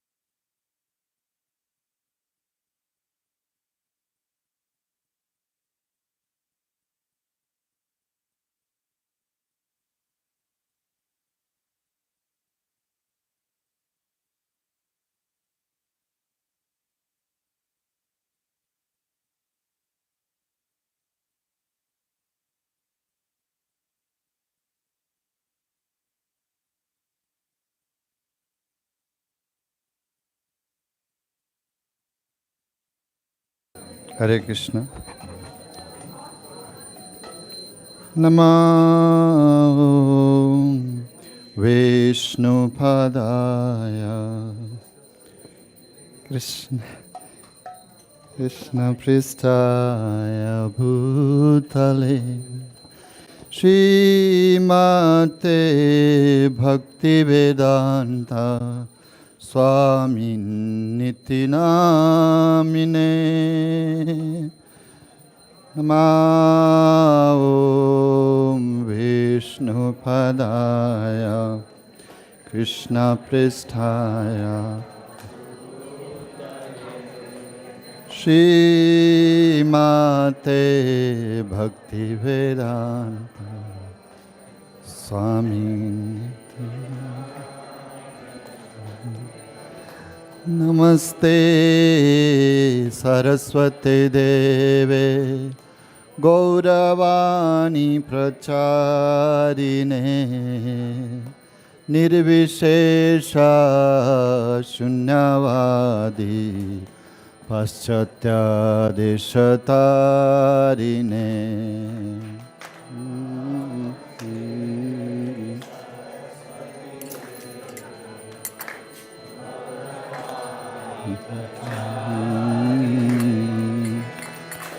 निर्विशेषा शून्यवादी पश्चाता जय श्री कृष्ण चैतन्य प्रभु नित्यानंद श्री अद्वैता गदाधर शिवासादि गौर भक्तवृंद जय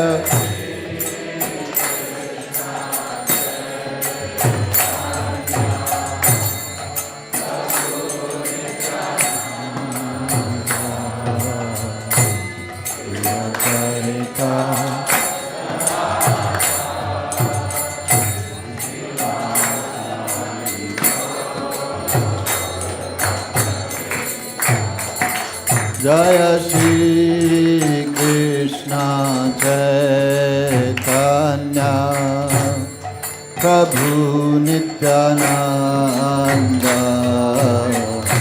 श्री अद्वैता गदाधर शिवासादि गौर भक्तवृंद जय Shri Krishna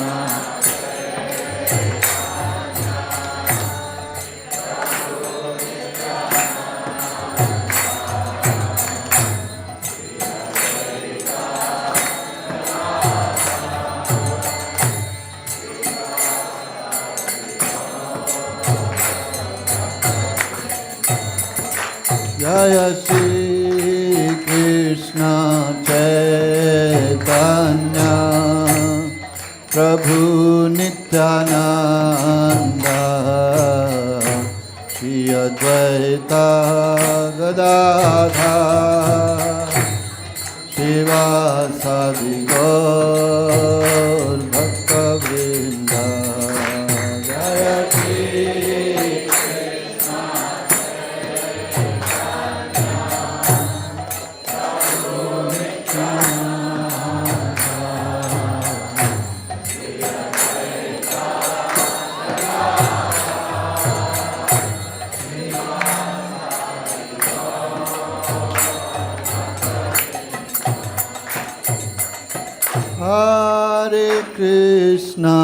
Hare Krishna, Krishna Krishna, Hare Hare, Hare Rama, Rama Rama, Hare Hare,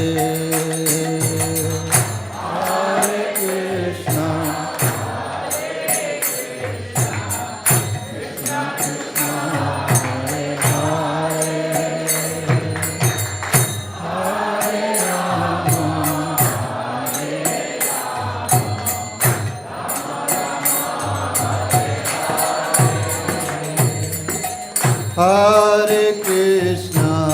Hare Krishna, Krishna Krishna, Hare Hare, Hare Rama, Rama Rama, Hare Hare, Hare Krishna.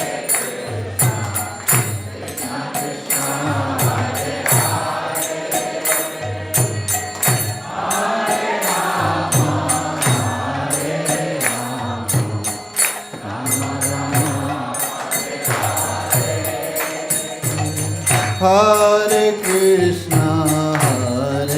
Krishna, Krishna Krishna, Hare Hare, Hare Rama, Rama Rama, Hare Hare, Hare Krishna. Krishna Krishna.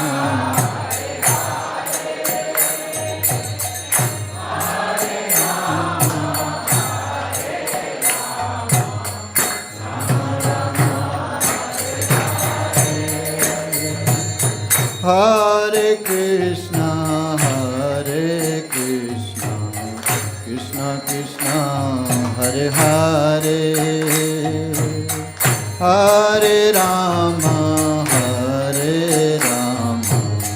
Rama Rama, Hare Hare.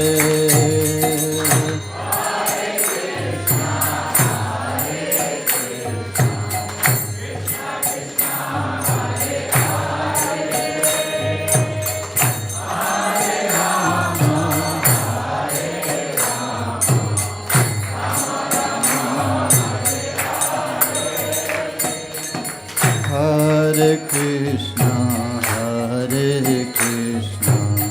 Krishna Krishna, Hare Hare, Hare Rama, Rama Rama, Hare Hare. Hare Krishna,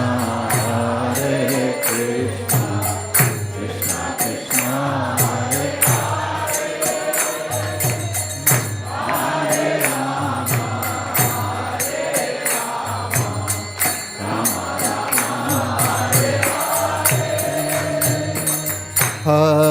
Krishna, Hare Hare Krishna, Krishna Krishna, Hare Hare, Hare Rama, Rama Rama, Hare Hare.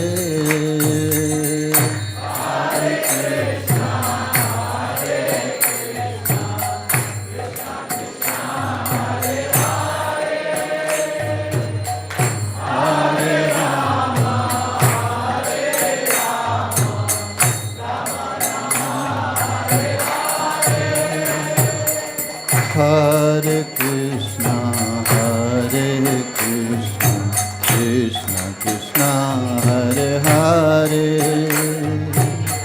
Hare Rama, Rama Rama, Hare Hare.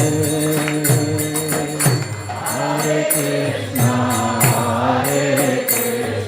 Krishna Krishna, Hare Hare.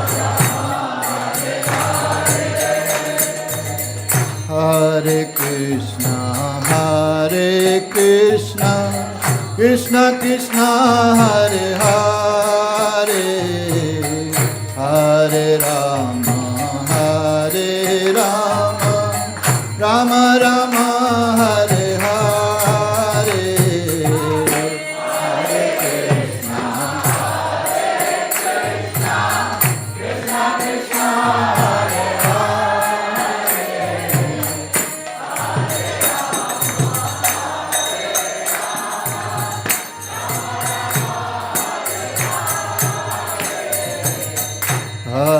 Krishna, Hare Hare Krishna, Krishna Krishna, Hare Hare,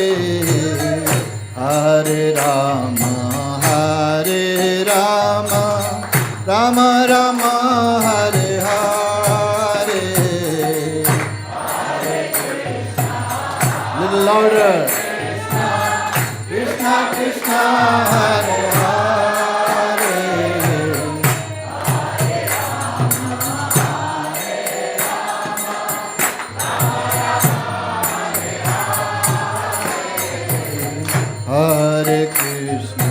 Hare Krishna, Krishna Krishna, Hare Hare, Hare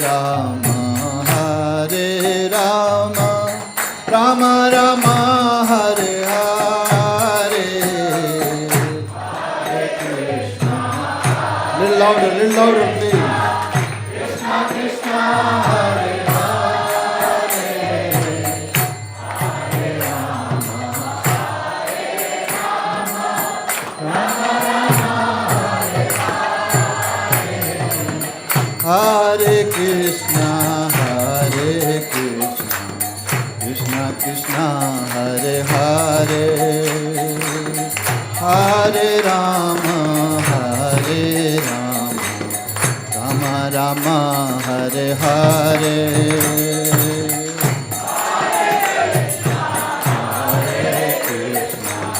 Krishna Krishna, Hare Hare.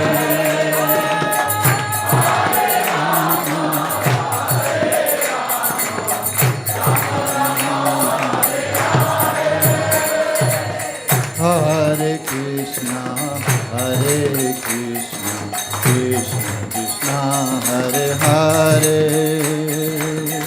Hare Rama, Hare Rama, Rama Rama, Hare Hare.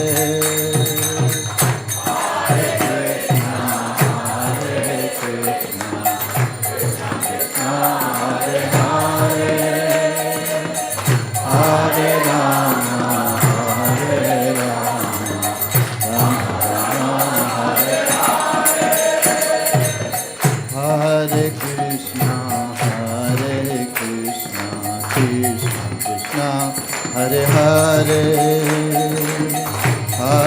Rama, Hare Rama, Rama Rama, Hare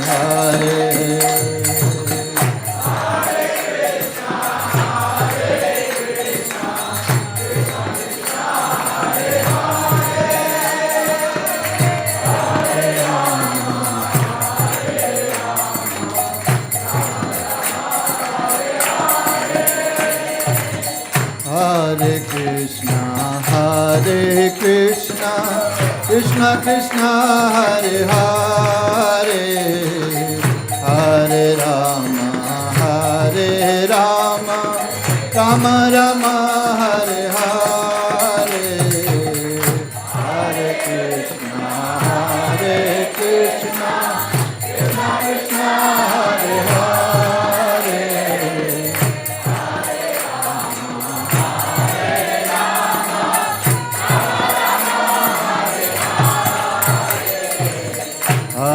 Krishna,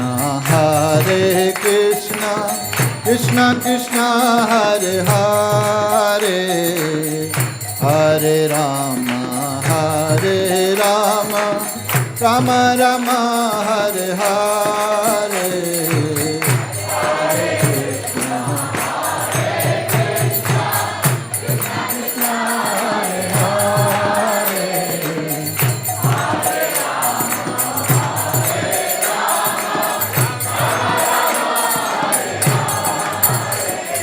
Hare Krishna, Krishna Krishna, Hare Hare. Hare Krishna, Krishna Krishna, Hare Hare. Hare Rama, Rama Rama, Hare Hare.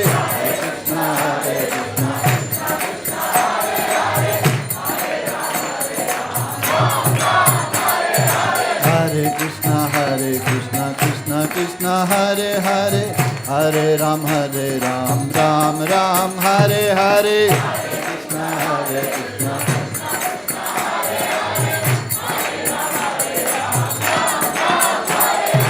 Hare Krishna, Krishna Krishna, Hare Hare.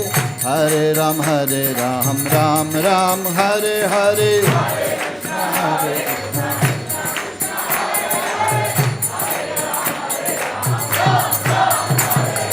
Hare Krishna, Krishna. Hare Krishna, Krishna Krishna, Hare Hare.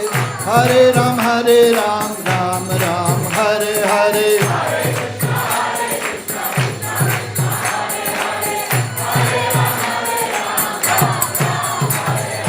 Hare Krishna, Krishna. Hare Krishna, Krishna Krishna, Hare Hare. Hare Ram, Ram Ram, Hare Hare.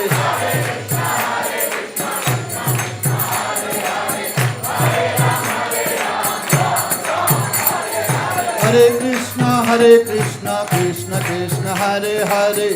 Hare Ram, Ram Ram, Hare Hare. Hare Krishna, Krishna Krishna, Hare Hare. Hare Ram, Ram Ram, Hare Hare.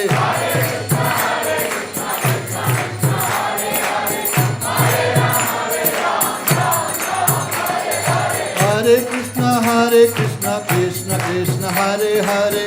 Hare Ram, Ram Ram, Hare Hare.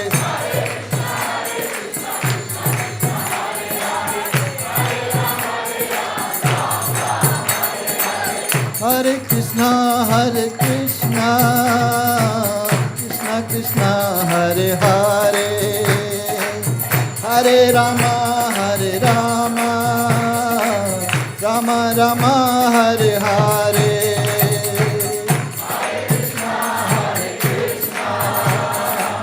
Krishna Krishna, Hare Hare,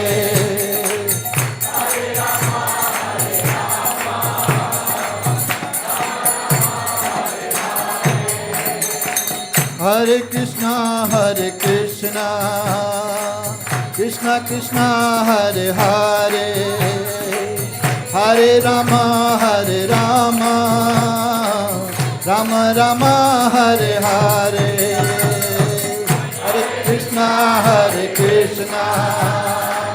Krishna Krishna, Hare Hare,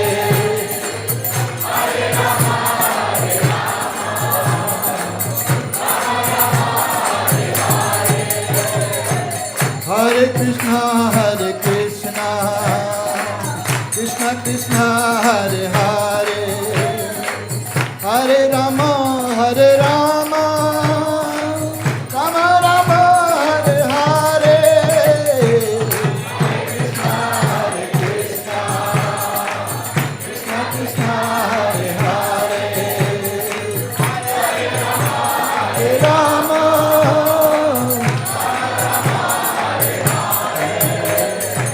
Hare Krishna, Krishna Krishna, Hare Hare, Hare Rama, Rama Rama, Hare Hare. Hare Krishna, Hare Bol.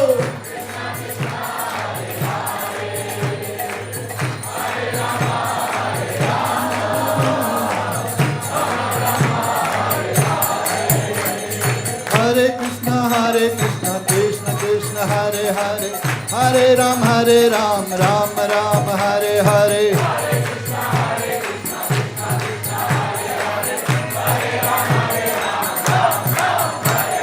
Hare Krishna, Krishna Krishna, Hare Hare, Hare Ram, Ram Ram, Hare Hare.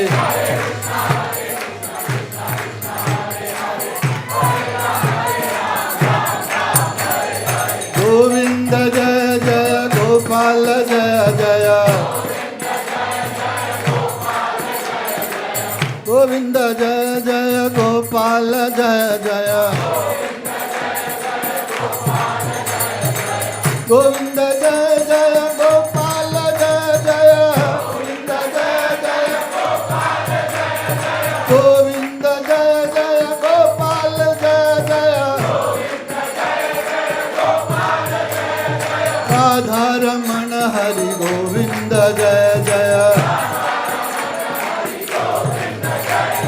Radha Ramana Hari Govinda Jaya Jaya, Radha Ramana Hari Govinda Jaya Jaya,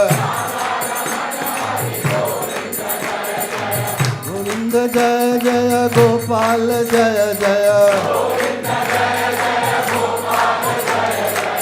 Govinda Jaya Jaya, Gopal Jaya Jaya, Radha Ramana Hari Govinda Jaya Jaya, Radha Ramana Hari Govinda Jaya Jaya,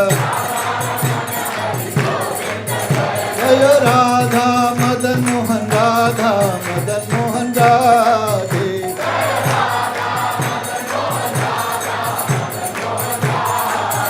Jaya Radha Giridhari, Radha Giridhari Radhe,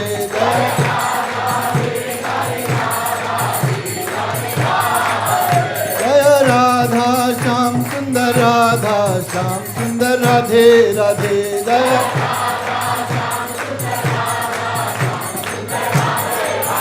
Jaya Lakshmi Narasimha, Jaya Narahari, Jaya Lakshmi Narasimha, Jaya Narahari,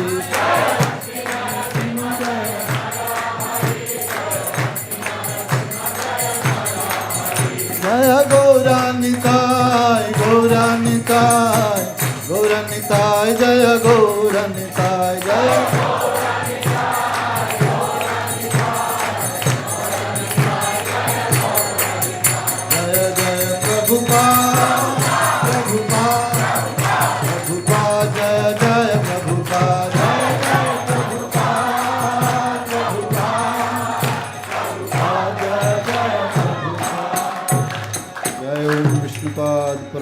Saprivrajakacarya Stotra Sat His Divine Grace Abhay Charanarvinda Bhaktivedanta Swami Srila Prabhupada ki Jai Om Vishnupad Paramahansa Privrajakacarya Stotra Sat His Divine Grace Bhakti Siddhanta Saraswati Thakur Goswami Prabhupada Nanta Koti Vaishnav Vrinda ki Shri Shri Radha Krishna Gop Gopinath Sham Kund Radha Kund Giri Govardhan ki Ganga Mai Jamna Mai ki Bhakti Devi Tulsi Maharani ki Samaveta Gaur Bhakt Vrinda ki All glories to assembled devotees. All glories to assembled devotees. All glories, all glories, all glories to Sri Guru and Gauranga.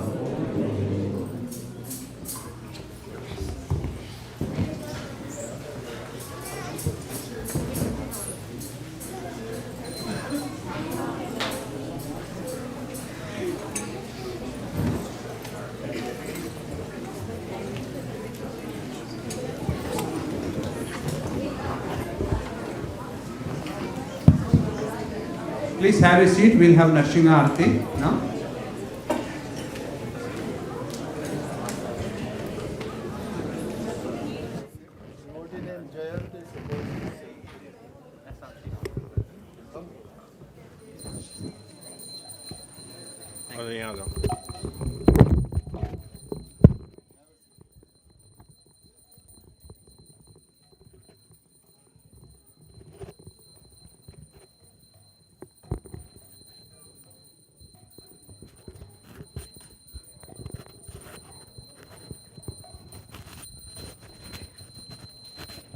Hare Krishna.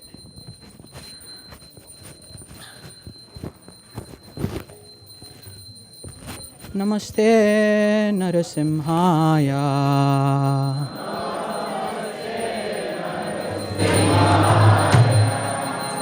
Namaste Narasimhaya.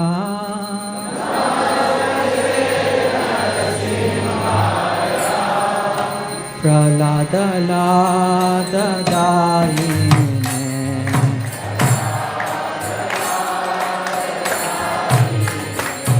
Hiranya Kashito Dakshaha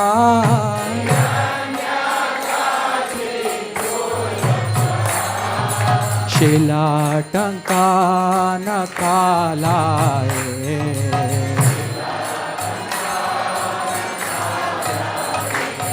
Ito Narsimha Parato Narsimha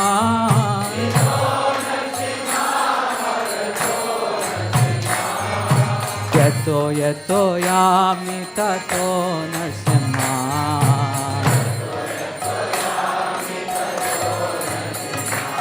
Bahe Narsimha Hridaye Narsimha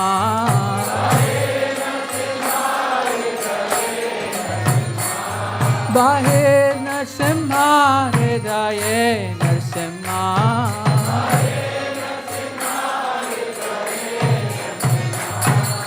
Narsimha Madim Sharanam Prapade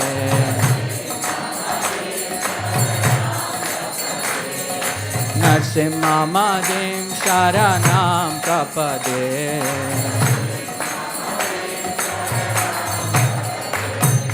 Tava Kara Kamala Varena Kamadbhuta Shringam Dalita Hiranya Kashipu Tanu Bringam Keshavadita Narahari Rupa Jaya Jagadisha Hare Jaya Jagadisha Hare Jaya Jagadisha Hare Kara Kamala Varena Kamad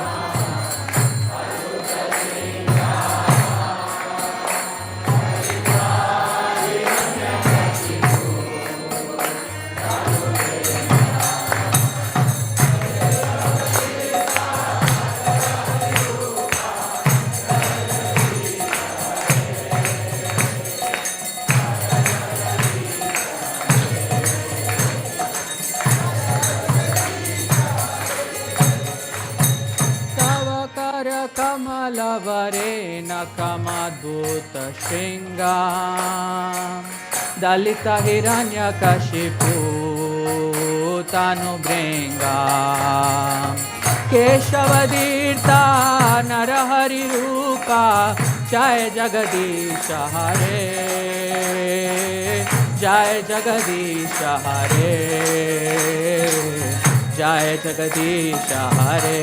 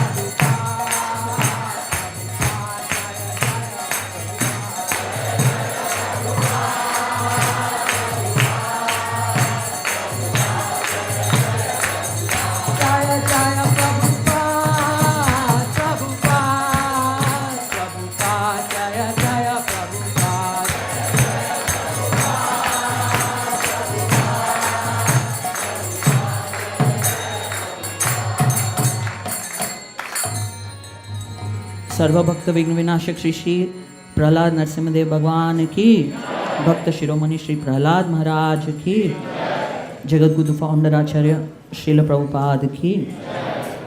Hare Krishna.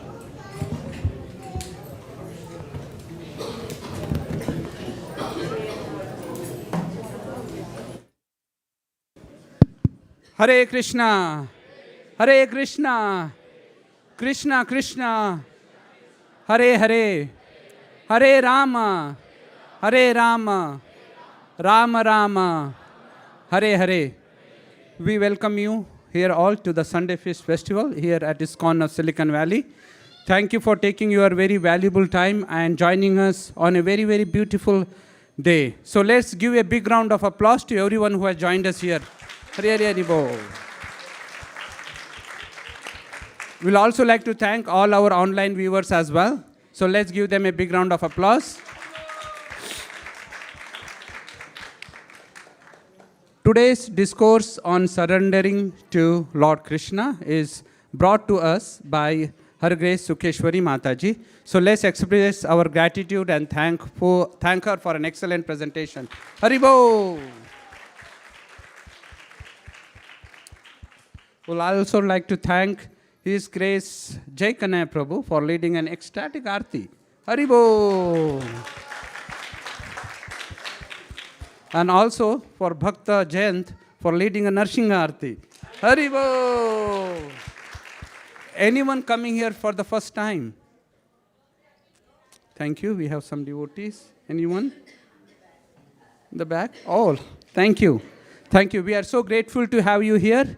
If we could be of any assistance, please reach out to me. My name is Sri Gopal Das or Hanspriya Mataji. We will be happy to assist you in any way we can. So let's chant one Mahamantra for all our online viewers, all our guests for tonight's feast. Hare Krishna, Krishna Krishna, Hare Hare, Hare Rama, Rama Rama, Hare Hare. We have sponsorship opportunities for today. If anyone wants to spontaneously sponsor for tonight's feast, please do let us know. We'll be happy to include you in the sponsorship. But other than that, we have a special announcement of a birthday. We have today's birthday is Todu Prabhu. Is Todu Prabhu here? Please join us. He knows whom I am calling. So Todu Prabhuji, please come. It's his birthday today. That's our Jayant Prabhu. So that's his pet name. So thank you, Jayant Prabhu, for all your services. I know at least one service that you do, that bookkeeping and for the Western Sankirtan, but there are a lot of other services that you do here. So very, very grateful, and thank you for all your services here at ISKCON of Silicon Valley. Thank you. Would you like to say a few words? Thank you, Prabhu. Hare Krishna. Please accept my humble obeisances. Prabhuji is kind enough to include me in all of his services, but Prabhuji is kind enough to include me in all of his services, but I can just say thanks to Hansapriya Mahataji and Radhavalla Prabhu, Prasadam Seva is something I sincerely do in ISV. That is the truth, and everything else is secondary, and I'm really thankful for devotees for extending their relationship to help me sustain in this process of bhakti. Thank you so much.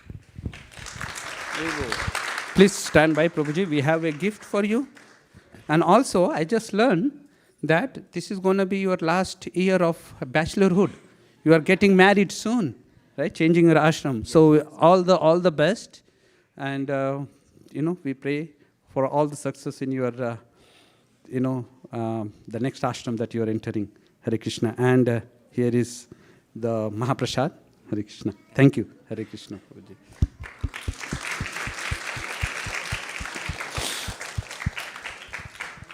So what's coming up? So are you all excited about the next month that's coming? Haribo! Oh, she's okay. So is Shreya here? Bhaktin Shreya. Yeah, she's here. Come. Govind Prabhu and Pooja Mataji, they are sponsoring for Shreya's birthday today. Shreya, thank you. And you have grown up to be such a beautiful youth and an inspiration to all other kids here. You sing so nicely, following in the footsteps of your father. Thank you. And all the services you do here at ISKCON of Silicon Valley. So what is the best thing that you like here? It's probably Maharaj's association and his youth jams, because it keeps me motivated to come here every Sunday. Haribol. Hare Krishna. Thank you, Shreya. Hare Krishna. So what's coming up is the month of Kartik, and we are starting on Tuesday, October 7th, that is day after tomorrow. We will have Damodar Ashtak every evening starting at 8 p.m. And before that, we will have the Sandhya Aarti starting at 7:30 p.m. So Damodar Ashtak is the Aarti that we do, and we offer ghee lamp to Damodar, Lord Krishna. And that is what it is recommended, that every day that one should offer the ghee lamp to the Lord, at least one time a ghee lamp to the Lord. So that's what we will do every day starting tomorrow. Yes, starting tomorrow. So the Kartik month is starting on Tuesday, but we are offering the Damodar Ashtak from tomorrow evening. It starts at 8 p.m. Please join us. And on the weekdays, on the Sundays, we will do the offering. The Damodar Ashtak will be at 5 p.m.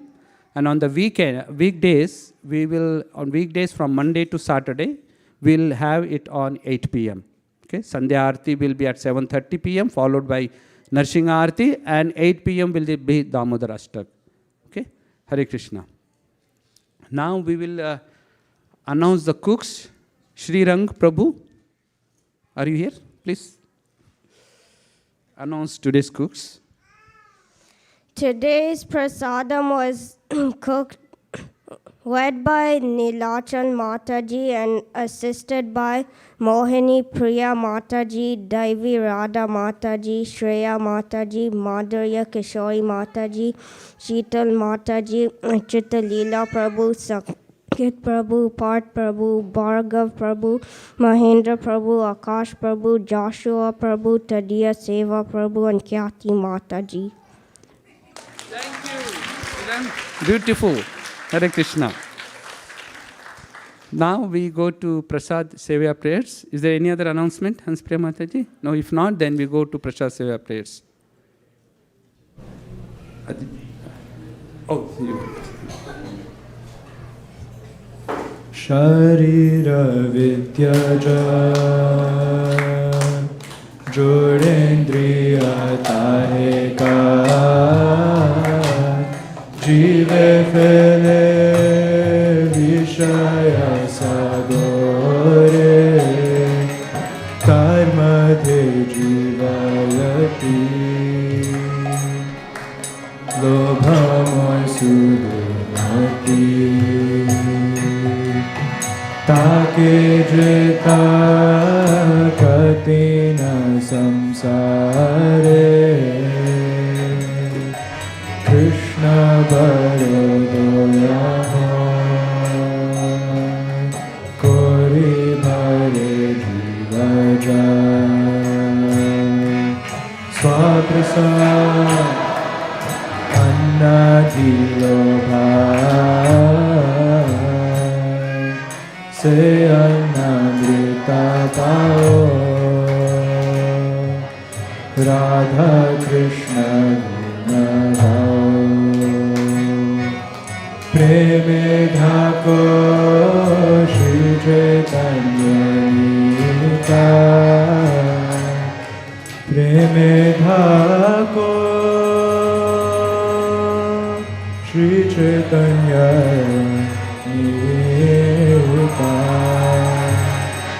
महाप्रसादे गोविंदे नमो ब्राह्मणे वैष्णवे स्वल्पपुण्यावतं राजन् विश्वासो न विचार्यते प्रसादे सर्वभूतानां नानिराशोपजायते प्रसन्नचेतसो याशु बुद्धिपर्यवतिष्ठते त्वयोपभुक्तशाकन्दा वासोऽलङ्कारचर्चिता उच्छिष्टभोजिनो दासास्तावनावञ्जयेन हि शुष्कं पर्युषितं वापि नीतं दातुर्देशतः प्राप्तिमात्रेण भोक्तव्यं नात्र कालविचारण न देशनियमस्तत्र न कालनियमस्तथा प्राप्तं मनं द्रुतं शिष्टैर्भोक्तव्यं हरिप्रभु भगवत श्री महाप्रसादम की.